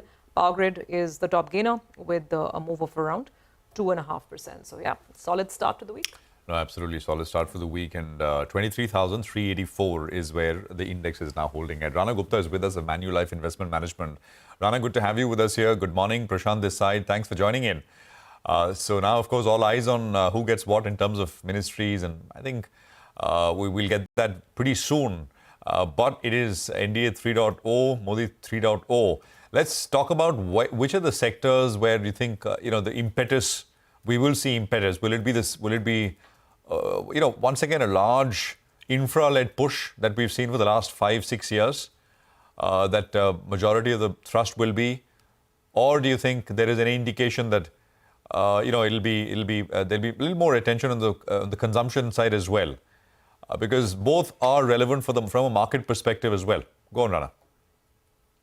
Oh, absolutely. Good morning. I think if you look at last 3 or 4 years, the fiscal consolidation has been really sharp, from 9% to about 5.1% in last 4 or 5 years. But within that consolidation, we have seen the capex, the infra push, capex to GDP has moved up from 2 to 3.4% of GDP. At the same time, the revenue expenditures have come down from 15% to about 11%. So as a result, what we have seen is that pretty strong GDP growth over the last 3 years, 7-8 percentage points or thereabouts, but led by infra and investments. Now, we do not think as a result of this election, there will be a U-turn of sorts, but we definitely think that there will be a much better balance going forward. While the revenue expenditure, while the capital expenditure can grow at 10 or 12%, as over to 14-15% earlier, but the revenue expenditure has some room to go up from the current levels. In other words, I think we expect there will be some welfare measures that will make a comeback. And that is, again, not a U-turn, but a much needed balance that should come back. And that should come back in the areas of education, healthcare, and also through welfare infra linked, like, housing, so on and so forth. Okay, got it. Mr. Gupta, what's your take on PSU stocks? I mean, have you participated in the rally over the last couple of months? And now, if yes, are you going to be taking some profits off? What's the stance? See, the PSU stocks, if I just link it back to my answer to the earlier question, whereby, the government was the growth was largely infra and capex led. So all the capex facing PSUs did extremely well. Now, some of these PSU stocks, whether it's defense or whether it's in construction, whether it's in capital goods, has gone to valuations of 30-35 times PE. Now that is comparable with the private peers. And also, we are talking about companies where the owner and one of the major client is government. And we are also talking about somewhat better balancing of capex and revenue expenditures. So I think this industrial construction facing PSUs, which have done extremely well. And I think fundamentally the companies will continue to do very well. But it is just that now the P's are beginning to look very high. On the other hand, if you look at the state-owned companies in the areas of energy or power or even banking, there the stocks have done well, but the re-rating has not been this sharp. And our base case is, again, like I mentioned, repeat again, no U-turn, but better balance. Even a better balance will be good for the PSU companies in the large PSU banks or in the energy sector or even the utility sector. I think this is where we have seen some re-rating, but the valuation is not as high. So we continue to remain bullish on this segment of PSUs. All right. Hi, Rana. Good morning and good to see you, Ben. Rana, what about the FMCG stocks?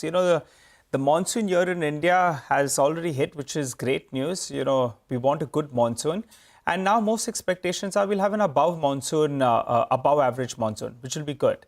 In addition to that, you have a new government that could focus a little bit more on consumption than capex. Not entirely taking their leg off the pedal on capex, yes, but maybe some kind of focus out there, which could be good.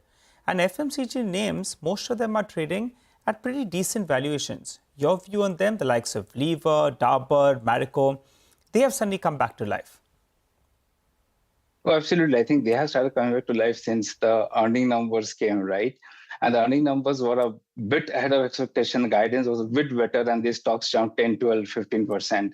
That just goes to show the under ownership that is there and how a small rebalancing in the economy can trigger this move in this stock. We remain pretty much of the view that the FMCG stocks now, they will, their earning downgrades that was ongoing, that has now bottomed out. And going forward, the growth might even pick up. But, these are FMCG large companies. When I say growth pick up, it cannot be like a very high number. It can be 3 or 4%. But considering that you juxtapose that with the earning, the reasonable valuation of the companies, in the context of its own trading history, that's first. And the under ownership, I think FMCG stocks can be in for some good time. Okay, so FMCG is a space that you like. What else, Mr. Gupta? What are your top favorites at this point in time in terms of themes? See, we've referred so far coming into, let's say, even on 13th May when I was in channel, we were highlighting that we were thus far backing industrials as our top sector. But, there's some rebalancing required. So I think the sector that has underperformed, if you look at last 1 year, industrials, real estate, PSU as a fact, they are up between 80 to 100%. Whereas FMCG, private sector banks, they're up like 10 to 20%. Now that kind of performance disparity, I don't think will continue, especially in the context of the new regime, new government, and some orientation of expenditure towards consumption, not cutting capex, but some orientation towards consumption. In this kind of environment, I think the sector that has not done well, consumption, private banks, they deserve a look. While at the same time, we are not suggesting that industrials will suffer.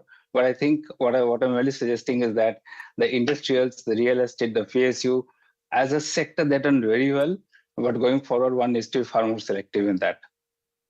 Okay, all right. Rana, what about the metal space? Some of these metal-related names are doing very, very well. Just to highlight a few of them, you have Infra, that's Indian Metals and Ferroalloys. That stock is flying away. It's up close to 6%. We had highlighted this last week as well. Few of these politically related names which have a good fundamental business as well. So I think Indian Metals and Ferroalloys should come up for you. We have Nama Limited as well, another one that's moving up. These are smaller names, but just highlighting because they've moved up. How do you approach some of these metal stocks? Ferrous versus non-ferrous. The optimism is around China recovering, which may or may not happen. But how do you approach these stocks? So first of all, we look at largely the stocks which are pretty sizable and largish cap rather than, the micro and mid caps, which are even could be somewhat politically connected. So we look at the top tier companies in the metal space, just to be clear. Now, within that, I think the steel market has undergone transformation. I think not just in India, but globally. There has been minimum import price that has been implemented, which protects the domestic steel companies to a certain extent. Having said that, I think the steel companies also have done quite well. So I think for steel companies, the risk reward looks balanced from here. On the other hand, if you look at the non-ferrous space, and in non-ferrous space, there is this one company which has a large downstream operation also. We like that because where there the earnings are far more predictable, the business is growing, they're putting their cash back into further expanding capacities, the valuations are reasonable. So we continue to like very specific non-ferrous companies. Which one you were going to give us the name? I think so. Unfortunately, I cannot give you the name of the company, but okay. This is one of the largest non-ferrous company with a downstream operation. So, with a promoter who's a little bit tricky. No. We stay away from promoters. Promoters are tricky. All right, Okay. nice one. Then it's the one. It's the one that has some operations in the United States as well, right? Which was looking at the IPO. They have operations worldwide. My God, I mean, Nicely this asked and nicely this has to be dodged. indulged. It has to be indulged. All right, we'll leave it there. Rana, thank you very much for joining us. It's a pleasure and good speaking with you here on CNBC-TV18. So that is basically metals and mining in focus towards the end of that conversation, and a view on the market as well. Well, post the swearing-in ceremony of Prime Minister Modi and, of course, the other ministers, CNBC-TV18, Shireen caught up with experts in the market, Sunil Singhania, Atul Suri, about what to expect under sort of Modi 3.0. These are some of those comments. Listen in. Retail investors in India are making wealth out of the growth of India, which is a great sign. However, I think what has happened, obviously, as Atul mentioned, that Monday, actually just changed the complete perspective, and you had like a crazy move up. And maybe, what has happened over the week is a culmination of the disappointment of Tuesday. We are very confident that the third 5-year term would be a very transformative term in terms of GDP numbers actually coming out much better than what we are expecting. Already, we saw the March quarter numbers of 8.2% as far as the GDP is concerned. And I think that is very clearly reflected even in the stance of the foreign investors. Very sure they are also looking at opportunities to come in, which we already have started to see towards the end of last week. And that trend should also continue. And I think this is one space where India has huge, I would say, room to cover. And the other good thing is that we have a lot of, global institutions more than willing to support this by way of investments. So I think this is going to be a key focus area, whether it's roads, railways, all kinds of infrastructure, ports, airports, and, water. And you mentioned earlier about the rural thrust. I think a big thrust for rural will also be development of all these basic facilities for people in general. Very, very important. Things may change. Priorities may change a little bit on the social side. But as far as the markets go, as far as the whole, thrust to industrialization, liberalization, the thrust to the next, decade or the Amrit Kal, whatever, you find that the push would continue. And I think the markets would reward it.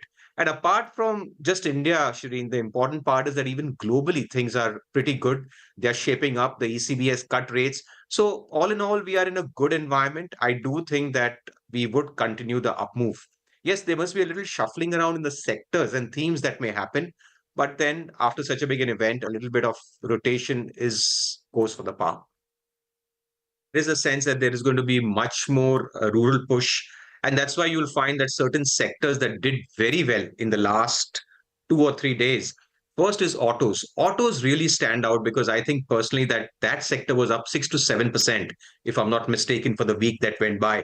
And there also you'll find that those auto stocks which have a rural bias did very well. A lot of them touched lifetime highs, even in this falling market. The second area that did very well was the whole consumption, the FMCG space. Again, a sector that's been a bit on the quieter side for the last few months, but there is a feel that rural consumption would spike up. IT, again, the third sector that's done well. And what would come under question is the runaway in some of the defense and railway stocks. Again, I don't think the trend is over. The trend is very large. I feel the bigger trend is still up. I still think there's a lot of opportunity and money to be made.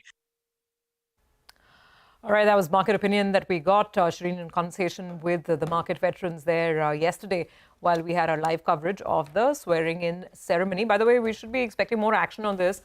Prime Minister Modi is expected to reach South Block and take charge for the third time as the Prime Minister of the country. So I think 10:30 onwards, most of these things will start flowing in. And then, of course, there'll be chatter about the portfolio allocation. But we'll wait by for that. For the time being, let's focus on another business, another company. Shalet Hotels is on our radar. Now, the fourth quarter was a pretty decent one for the company. Occupancies increased and profits were expanding. We have with us Mr. Sanjay Sethi, MD and CEO of Shalet Hotels, to take a couple of questions to talk about the order book. Mr. Sethi, thanks very much for joining in. I'm just reiterating the numbers for the benefit of our viewers. Now, fourth quarter, your top line was up almost 24%. Margin came under a little bit of pressure, coming to about 43.7, but profits expanded very handsomely, 125% up on profits. And I believe your occupancies were at 76%. So, sir, tell us now that we are in the first quarter of this year, what's the expectation? And do you think the kind of bumper levels we saw in occupancy towards the end of last year, whether that can continue? Where are occupancies right now? And what's your anticipation from this year? Good morning. Pleasure being back. I'm not going to be able to share any operating numbers for this quarter because it's price-sensitive information. Generally, from the reports that I've seen from consultants, we have seen a slight slowdown in ADRs in some leisure markets in India. But the business city hotels continue to do very well in the month of April. In my view, the May numbers haven't come, but I do believe May would have seen some sort of headwinds on occupancies due to the election and the heat. And we believe that that should sort of normalize through June into July. So that's a quick overview. Okay. All right. Hi, good morning, Mr. Sethi, and thanks a lot for joining in. Well, you're saying so some headwinds were experienced in the last 1 to 1.5 months or thereabouts. But we don't want a near-term guidance. As you said, price-sensitive information is not something that we want to know. But we want to know what is the guidance, what's the aspiration for the year, both on occupancies as well as on the average room rates. I think in the past you've hinted that it should grow by double-digit for this year itself. So could you revise those numbers for us? Good morning again. And, I believe that we're going to hit about low to mid double-digit growths in our business or our revenues as a whole. And with some new additions coming in, that should go further northwards.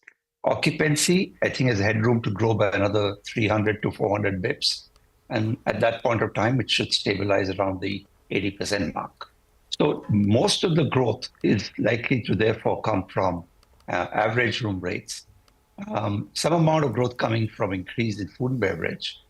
But I think room rates going to drive the business for hotels in the country. From a Shalet perspective, besides all of what I said earlier, what's going to help us is the occupancy is building up in the offices that we have. And we see that speeding up fairly rapidly from this year onwards. Mr. Sethi, just hold that thought. I just want to make a quick reference to the market, which is sold off sharply.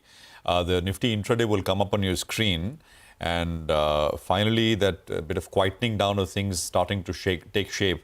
And there you go. I mean, we were up a euphoric 100 points. And I was saying that at some point in the day, you'll have that. And it's coming through now. But don't expect anything big. It's just that, you can't have 2% days every day. That's the only thing. And the high, by the way, was 23,408 or round about there. Yeah, 23,409 or so. And we're at about 23,300 roughly. So about a 100-point sell-off, a little over a 100-point sell-off from the day's high. In terms of what's putting the maximum pressure, Infosys is adding about 22 index points pressure on the Nifty. There is HDFC Bank. I mean, it's not as if HDFC Bank did anything great on the upside, but it's putting pressure on the downside. 21 index points coming in from HDFC Bank. There is TCS, ITC, HCL Tech, Tech Mahindra. So IT, which had a big week, the index was up 8% Friday to Friday.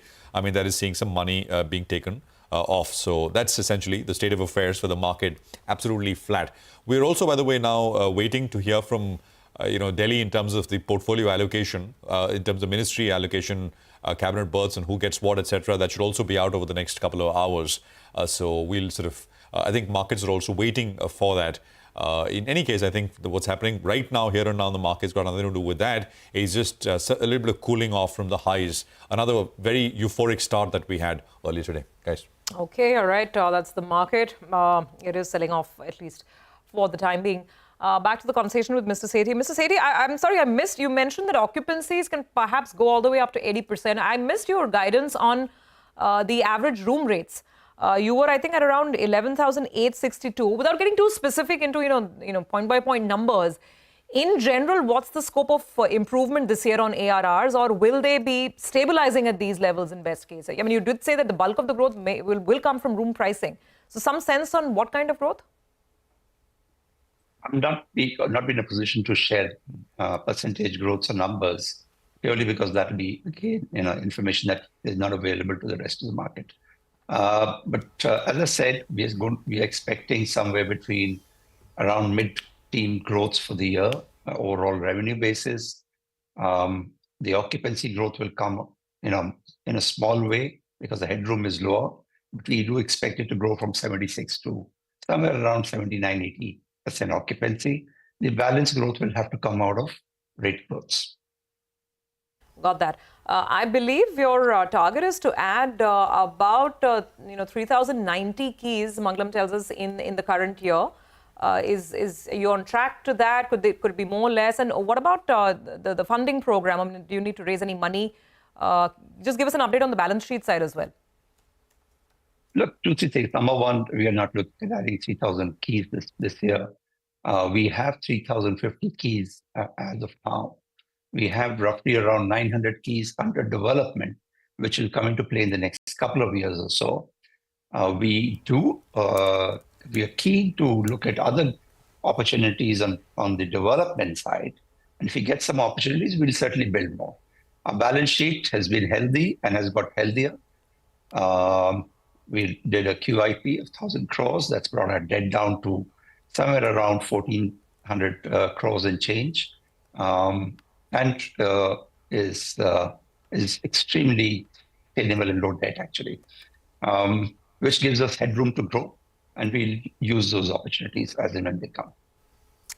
Okay, all right. Mr. Sethi, I wanted to ask you about a couple of new projects that you're working on. West in Hyderabad, and the other one, and that's one of my favorites, the Kandala property, Dukes.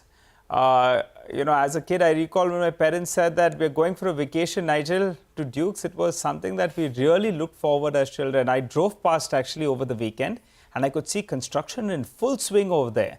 So when do both these two start reflecting in terms of revenues? Thanks, Nigel. Dukes is a stunning property, stunning views. I think it needed a serious push up in terms of quality of product and services. And that's what we're doing right now. We expect to get Dukes fully operational by end of the calendar year. But it should be operational in parts in about a couple of months from now. The second one that you spoke about was West in Hyderabad. That was actually commissioned. That was the second hotel, which was commissioned in June last year. Okay. All right, Mr. Sethi, thank you very much for that. Wish you good luck with the business rest of the year. So, Nigel, I guess maybe he said a couple of months on Duke. So maybe by the time the monsoon ends, maybe you'll manage one quick trip. Actually, I went for a drive to Lanavla last weekend because I said in the coming weekend it's going to be packed. Impossible. It's going to be impossible. And on the actually, way back, best time to visit is now, right? I mean, now when the rain starts. Right. I'm guessing next weekend onwards, it's all jammed. gone. I went really early in the morning. I could see on the other side it was jammed. So I was happy I managed to get there and get back as well. But that's about, that Lanavla property of, Shalet Hotels. But let's talk about toll, because if you're going to be traveling anywhere, then that's going to be the other focus point. And IRB Infra, they reported a spike in toll collections in May. The company's toll collections in May rose by around 30% to around 530 crores. To discuss more on this, on the collections and business outlook as well, we're joined by Anil Yadav, Director Investor Relations at IRB Infra. Hi, Mr. Yadav, good morning and thanks a lot for joining in. Well, could you tell us what led to this sort of a strong toll collection in the past month? And what was the contribution of TOT projects 12 as well as 13? Yes, thank you. Thanks for the opportunity. We have seen a robust growth in the toll collection, almost 30% growth in the toll collection as compared to the same month of the last year. And this was contributed by traffic growth and addition of the new project. And if you look at the TOT 12 and TOT 13, both the projects we have started from 1st of April, and collection is better than what we have projected for these two projects. So now all the projects have already started generating their revenue, except one. All the projects are already operational. Okay. So, Mr. Yadav, can you give us some guidance for this year as a whole? What is the, what's the increase in collections that you are projecting? So I think this year as a whole, both IRB and private InvIT put together, overall growth in toll collection should be in range of 20 to 25% for full financial year. 20 to 25% for the entire year. Okay, within that, if you could just talk about one sort of marquee project, which is the Hyderabad Outer Ring Road. It's a massive project. What are the trends over there? Yeah, trends are in line with our projections, and growth is also good. And this project is, we are doing good on the project. And for, in terms of the traffic growth is also good. Okay, that's on the Hyderabad Outer Ring Road. Beautiful, of course, infrastructure development over there. Mr. Yadav, there's been a lot of chatter about what the pace of ordering activity is going to be from NHAI. Last year was a bit subdued and then we were getting into elections. What did you notice during this just this pre-election phase? Did the ordering activity go down substantially? And what is your expectation now? In fact, in spite of the very low ordering activity last year, we have bagged in last 1.5 years, we have bagged a project worth of more than 200 billion, that is more than 20,000 crores. And that was as against 4,000 to 5,000 crores of our usual run rate.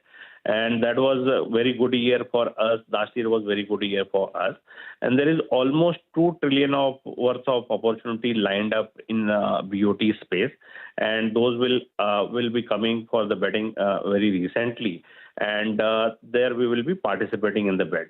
Apart from the 2 trillion of BOT opportunity, there is even TOT opportunity. More than 35-40 projects are already, list is already out on the NHAI website. And those projects will also come for the bidding in the near future. And which of these categories makes better commercial sense for you right now, BOT or TOT? What's your own focus going to be this year?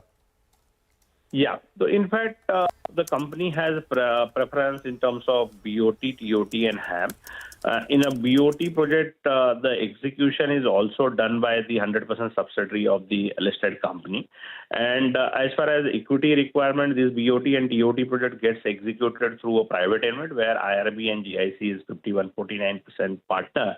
And our equity requirement gets reduced to 15%.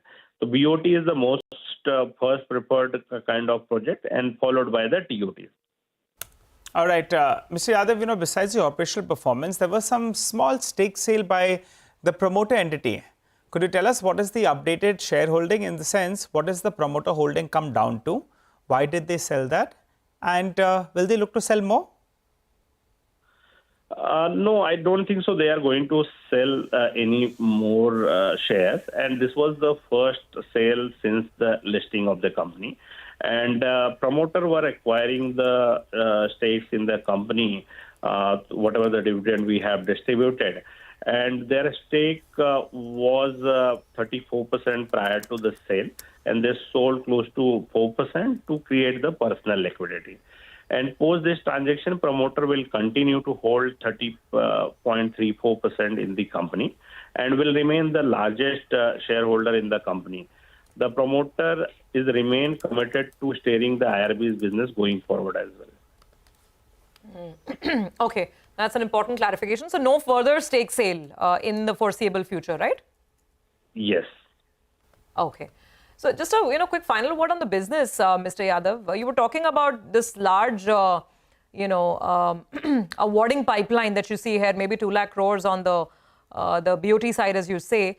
What about the intensity, the competitive intensity in terms of bids? How is pricing and how is the marketplace with respect to bidding? So I think in terms of the competitive intensity, if you look at the cash contract where your skin in the game is very low, or even for that matter, HAM project where the equity requirement or your capital requirement is very low, there the competition is pretty high and almost 25 to 30 players submits the bid. Now, in terms of the TOT and BOT, it's largely some few players and plus the funds are bidding for this project. And typically what we have seen in the past, around 3 to 4 players are submitting the financial bid. There the bidding intensity is lower as compared to the HAM and the EPC project. Okay. Final question, Mr. Yadav. What is your exposure, if you have any, to Hyderabad, to Andhra Pradesh specifically and to Bihar? Just tell us about your current exposure and if you would expect a heightened bidding activity in these 2 states. As far as IRB is concerned, we don't have exposure to these 2 states. And typically we bid for the BOT, TOT and HAM. Typically we don't bid for the EPC project. And going forward also, we don't have an intent to bid for the EPC project. Today we are collecting money, that is the toll collection, from more than 1.5 million users on a daily basis. We are, that is our basically retail kind of network what we have created. We are collecting money from 1.5 million users on a daily basis in terms of the toll collection. All right, Mr. Yadav, we leave it there. Thank you very much for that conversation. Appreciate you joining in with some of the detail there. We'll slip into a quick commercial break here. The market's basically flattened out, absolutely flattened out. From being up 100 plus points, we're just up about 5 or 6 points. We'll take a quick commercial break here and we'll talk politics. And Mr. A.K. Bhattacharya, senior journalist, and Sanjeev Srivastava will be joining in with the new government formation as Mr. Modi takes on as Prime Minister for the 3rd time. All eyes, of course, on portfolio allocation, etc. Shouldn't be long now. Stay tuned, that's coming up.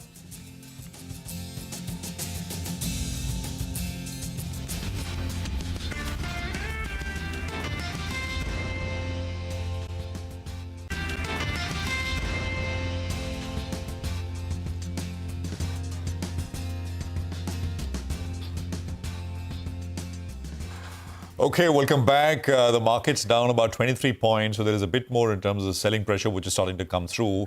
Prime Minister Modi and 71 ministers took oath as the NDA government was sworn in for the 3rd time.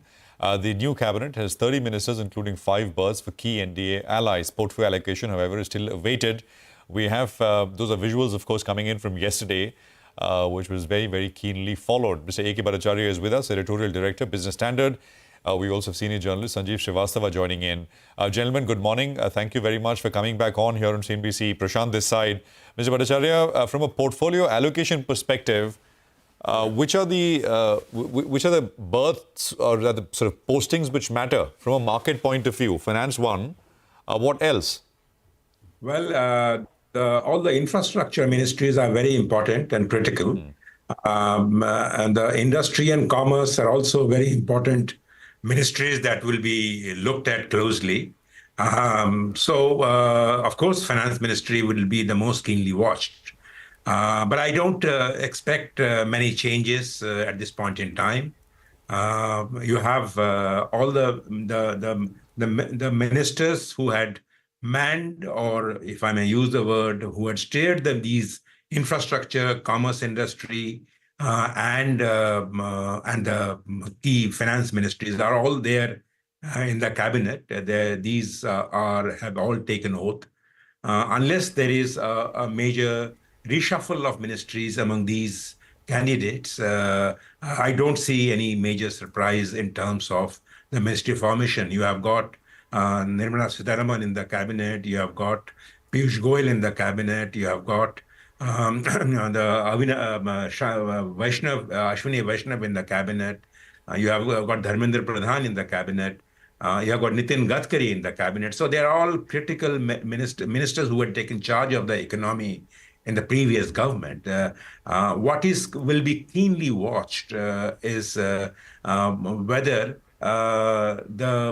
some of these key economic ministries where next stage of reforms will require states' involvement go to ministers who come from the coalition partners. So, one of the key problems that the previous government faced was how, in respect of implementing reforms that involved the states. For example, there's a major reforms task that this government has on the third tier governance reform. Now, if you have, a minister in charge who is coming from one of the coalition partners, I would imagine that task would be easier. Labor ministry is an important ministry wherein you have to notify the 4 labor codes which Parliament had approved, but they are yet to be notified. Right. With the states on board. So there are some critical issues which will await the actual allocation of ministries to these ministers. You don't, Mr. Rajara, you're saying there'll be continuity. You were expecting continuity, right? Not very much in terms of even because there are no surprises. There are no surprises in the inclusion of ministers who are already part of the previous ministry. Got that, Mr. Srivastav. Your sort of thoughts on the same. Are you expecting sort of any changes? For the last 10 years, I mean, ministers, of course, have been important, but overwhelmingly the big focus has been on what Mr. Modi can do, right? The question always was what not A or B or C minister will do for a particular sector, but what Mr. Modi's vision is as Prime Minister for whatever sector. Do you think, I mean, you're going to look at things like that, or individual sort of ministership, etc., becomes very important in that sense? Your thoughts? So you are absolutely right, Prashant, that everything was driven largely either from the PMO or from the Home Minister's office. So even like agencies, ED and income tax, which come under Finance Ministry, were largely being seen as controlled by the Home Ministry. So in the list of important ministries which AKB just mentioned, I would also add Home. Whether there'll be continuity there, most probably there will be. See, one big point which I think needs to be underscored at this time is, while it all seems business as usual, continuity, waters appear very calm, the ship looks very stable. After all, 240 is a very good number. You remember UPA 1 and 2 were run by much lesser numbers. But what I see and discern is this pattern or this approach of either the BJP spokespersons or the leadership or the entire ecosystem of media, that this will be a government just similar to what last 10 years was.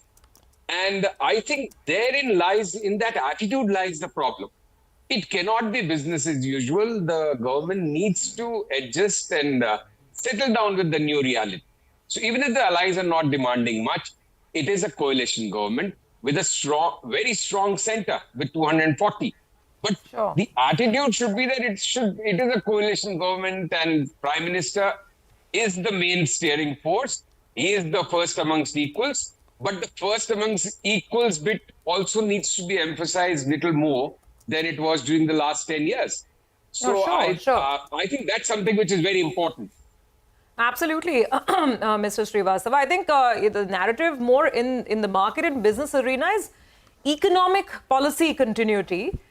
Politically, of course, things will have to be different. Perhaps it will require a slightly different approach in terms of just, politically how things will be handled and how equations are going to be handled. And that's a no-brainer, right? The two.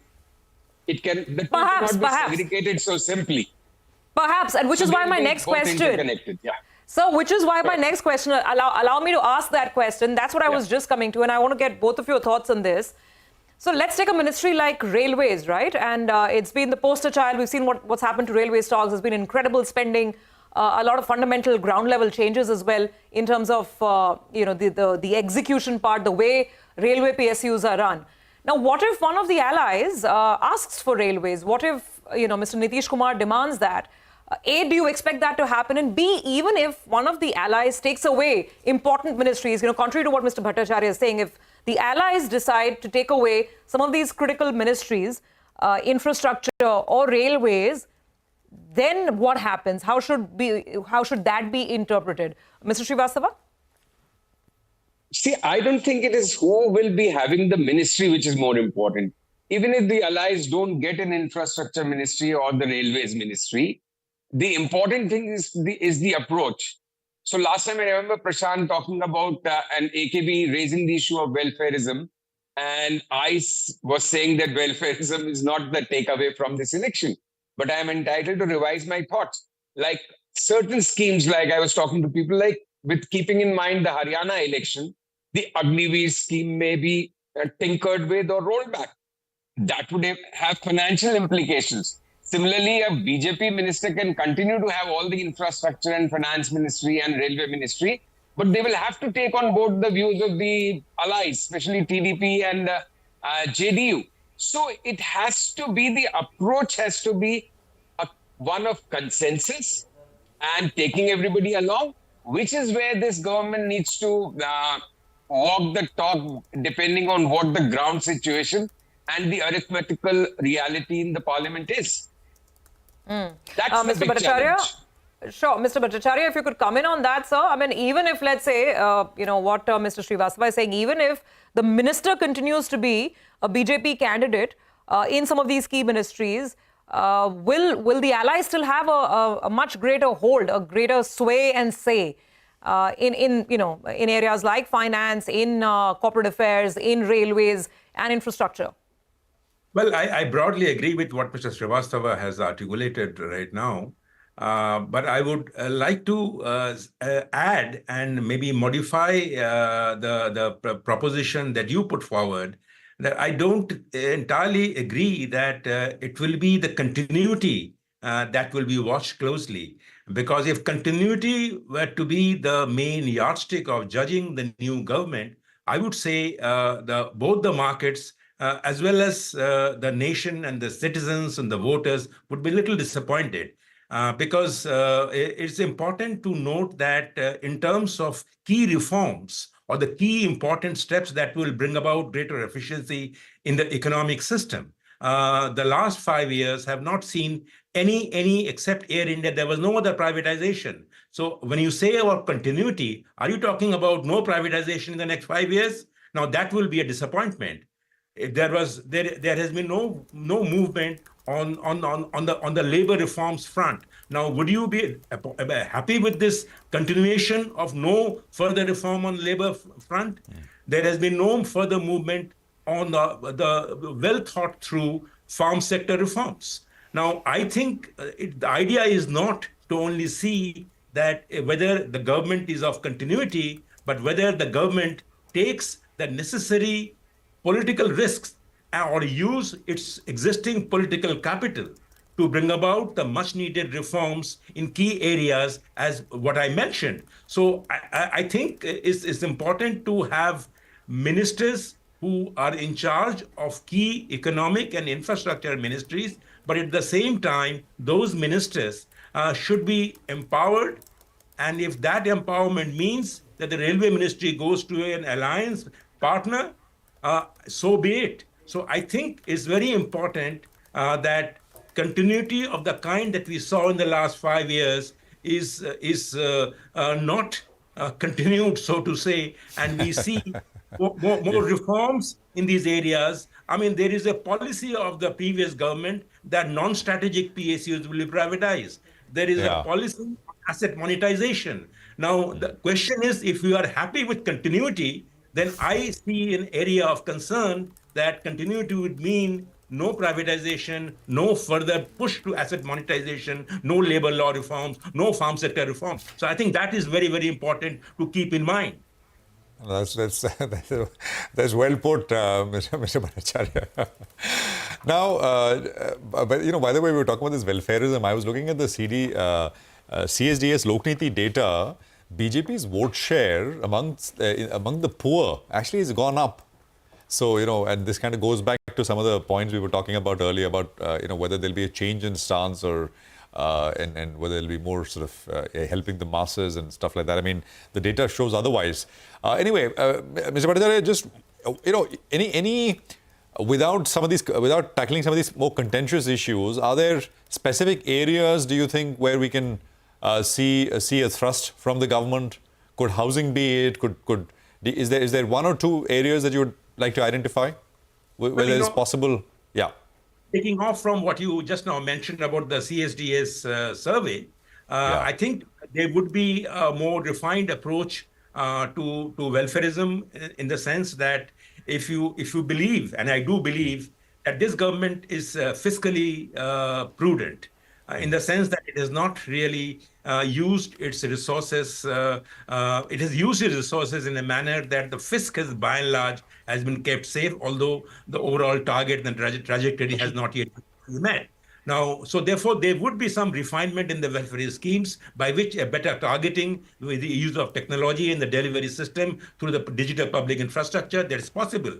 Mr. Srivastava talked about tweaking the Agniveer scheme so that the big shock that the BJP probably received in the way the Agniveer scheme was received in states like Haryana, states like Himachal Pradesh, which produces a lot of these soldiers, and Rajasthan also. So I think it's possible that the Agniveer scheme may be tweaked, but I would hope that all those welfare schemes that are tweaked and made more focused do not bleed the fisc, because please remember that while fiscal consolidation has to be the primary task, it is also equally important how you use the extra money that the government has received from the Reserve Bank of India, which is almost as large as 0.37% of GDP, should be used more efficiently, effectively, and bringing about faster growth,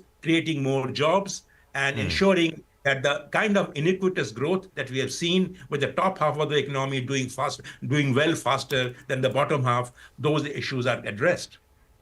Yeah, absolutely, gentlemen. Valid point, and I think that additional cushion of 1 lakh crore rupees from the Reserve Bank of India, that would be very, very timely, and it'll be very interesting to see how the government puts it to use, and we'll have those answers come the budget. Thank you for joining in. Of course, we'll keep coming back to you. Hope to have more of these conversations as we know. Once we know the portfolio allocations, Mr. Bhattacharya and Mr. Srivastava, hope to have both of you back. And we're expecting that any time now. So hopefully, we'll be able to speak with you and get your reactions once we have that. Thank you for joining in. I think the market, by the way, is sort of be absolutely flat. Nothing. 3 or 4 point change. 23,300.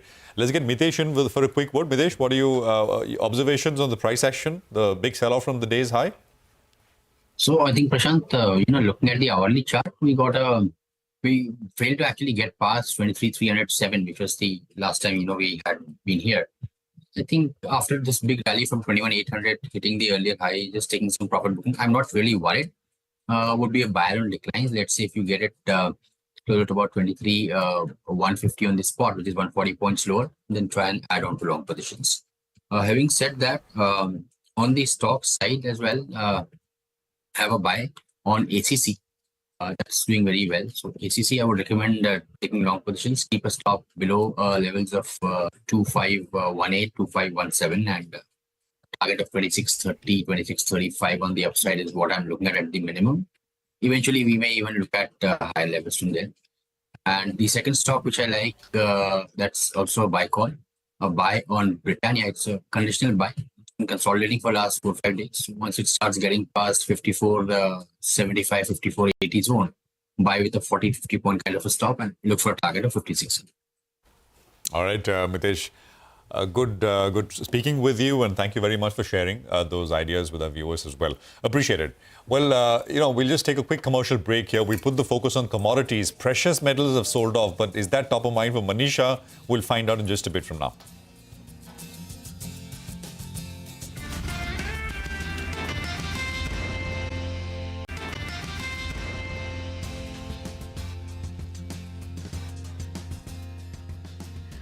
Welcome back. All right, let's quickly get back to Manisha and figure out what the top commodity cues are. Manisha, so what's top of mind for you? Oh, well, all the metals actually will be, because we have started the month of June with a bit of a decline here. April and May saw strong gains, but we seem to be looking at a halt in the rally right now in many of these commodities. The latest trigger clearly has been the US non-farm payroll data, the highest in 5 months, and more than 200,000 jobs there. Markets were anticipating something like 160 to 190,000 there. So that clearly has been one of the reasons. And with that, the possibility of a Fed rate cut in September now has declined from a 68% in the previous week to 55%. And that one rate cut perhaps could happen in the month of November is what the most bets are suggesting. So I'll start with the gold prices, which have now broken below $2,300 an ounce.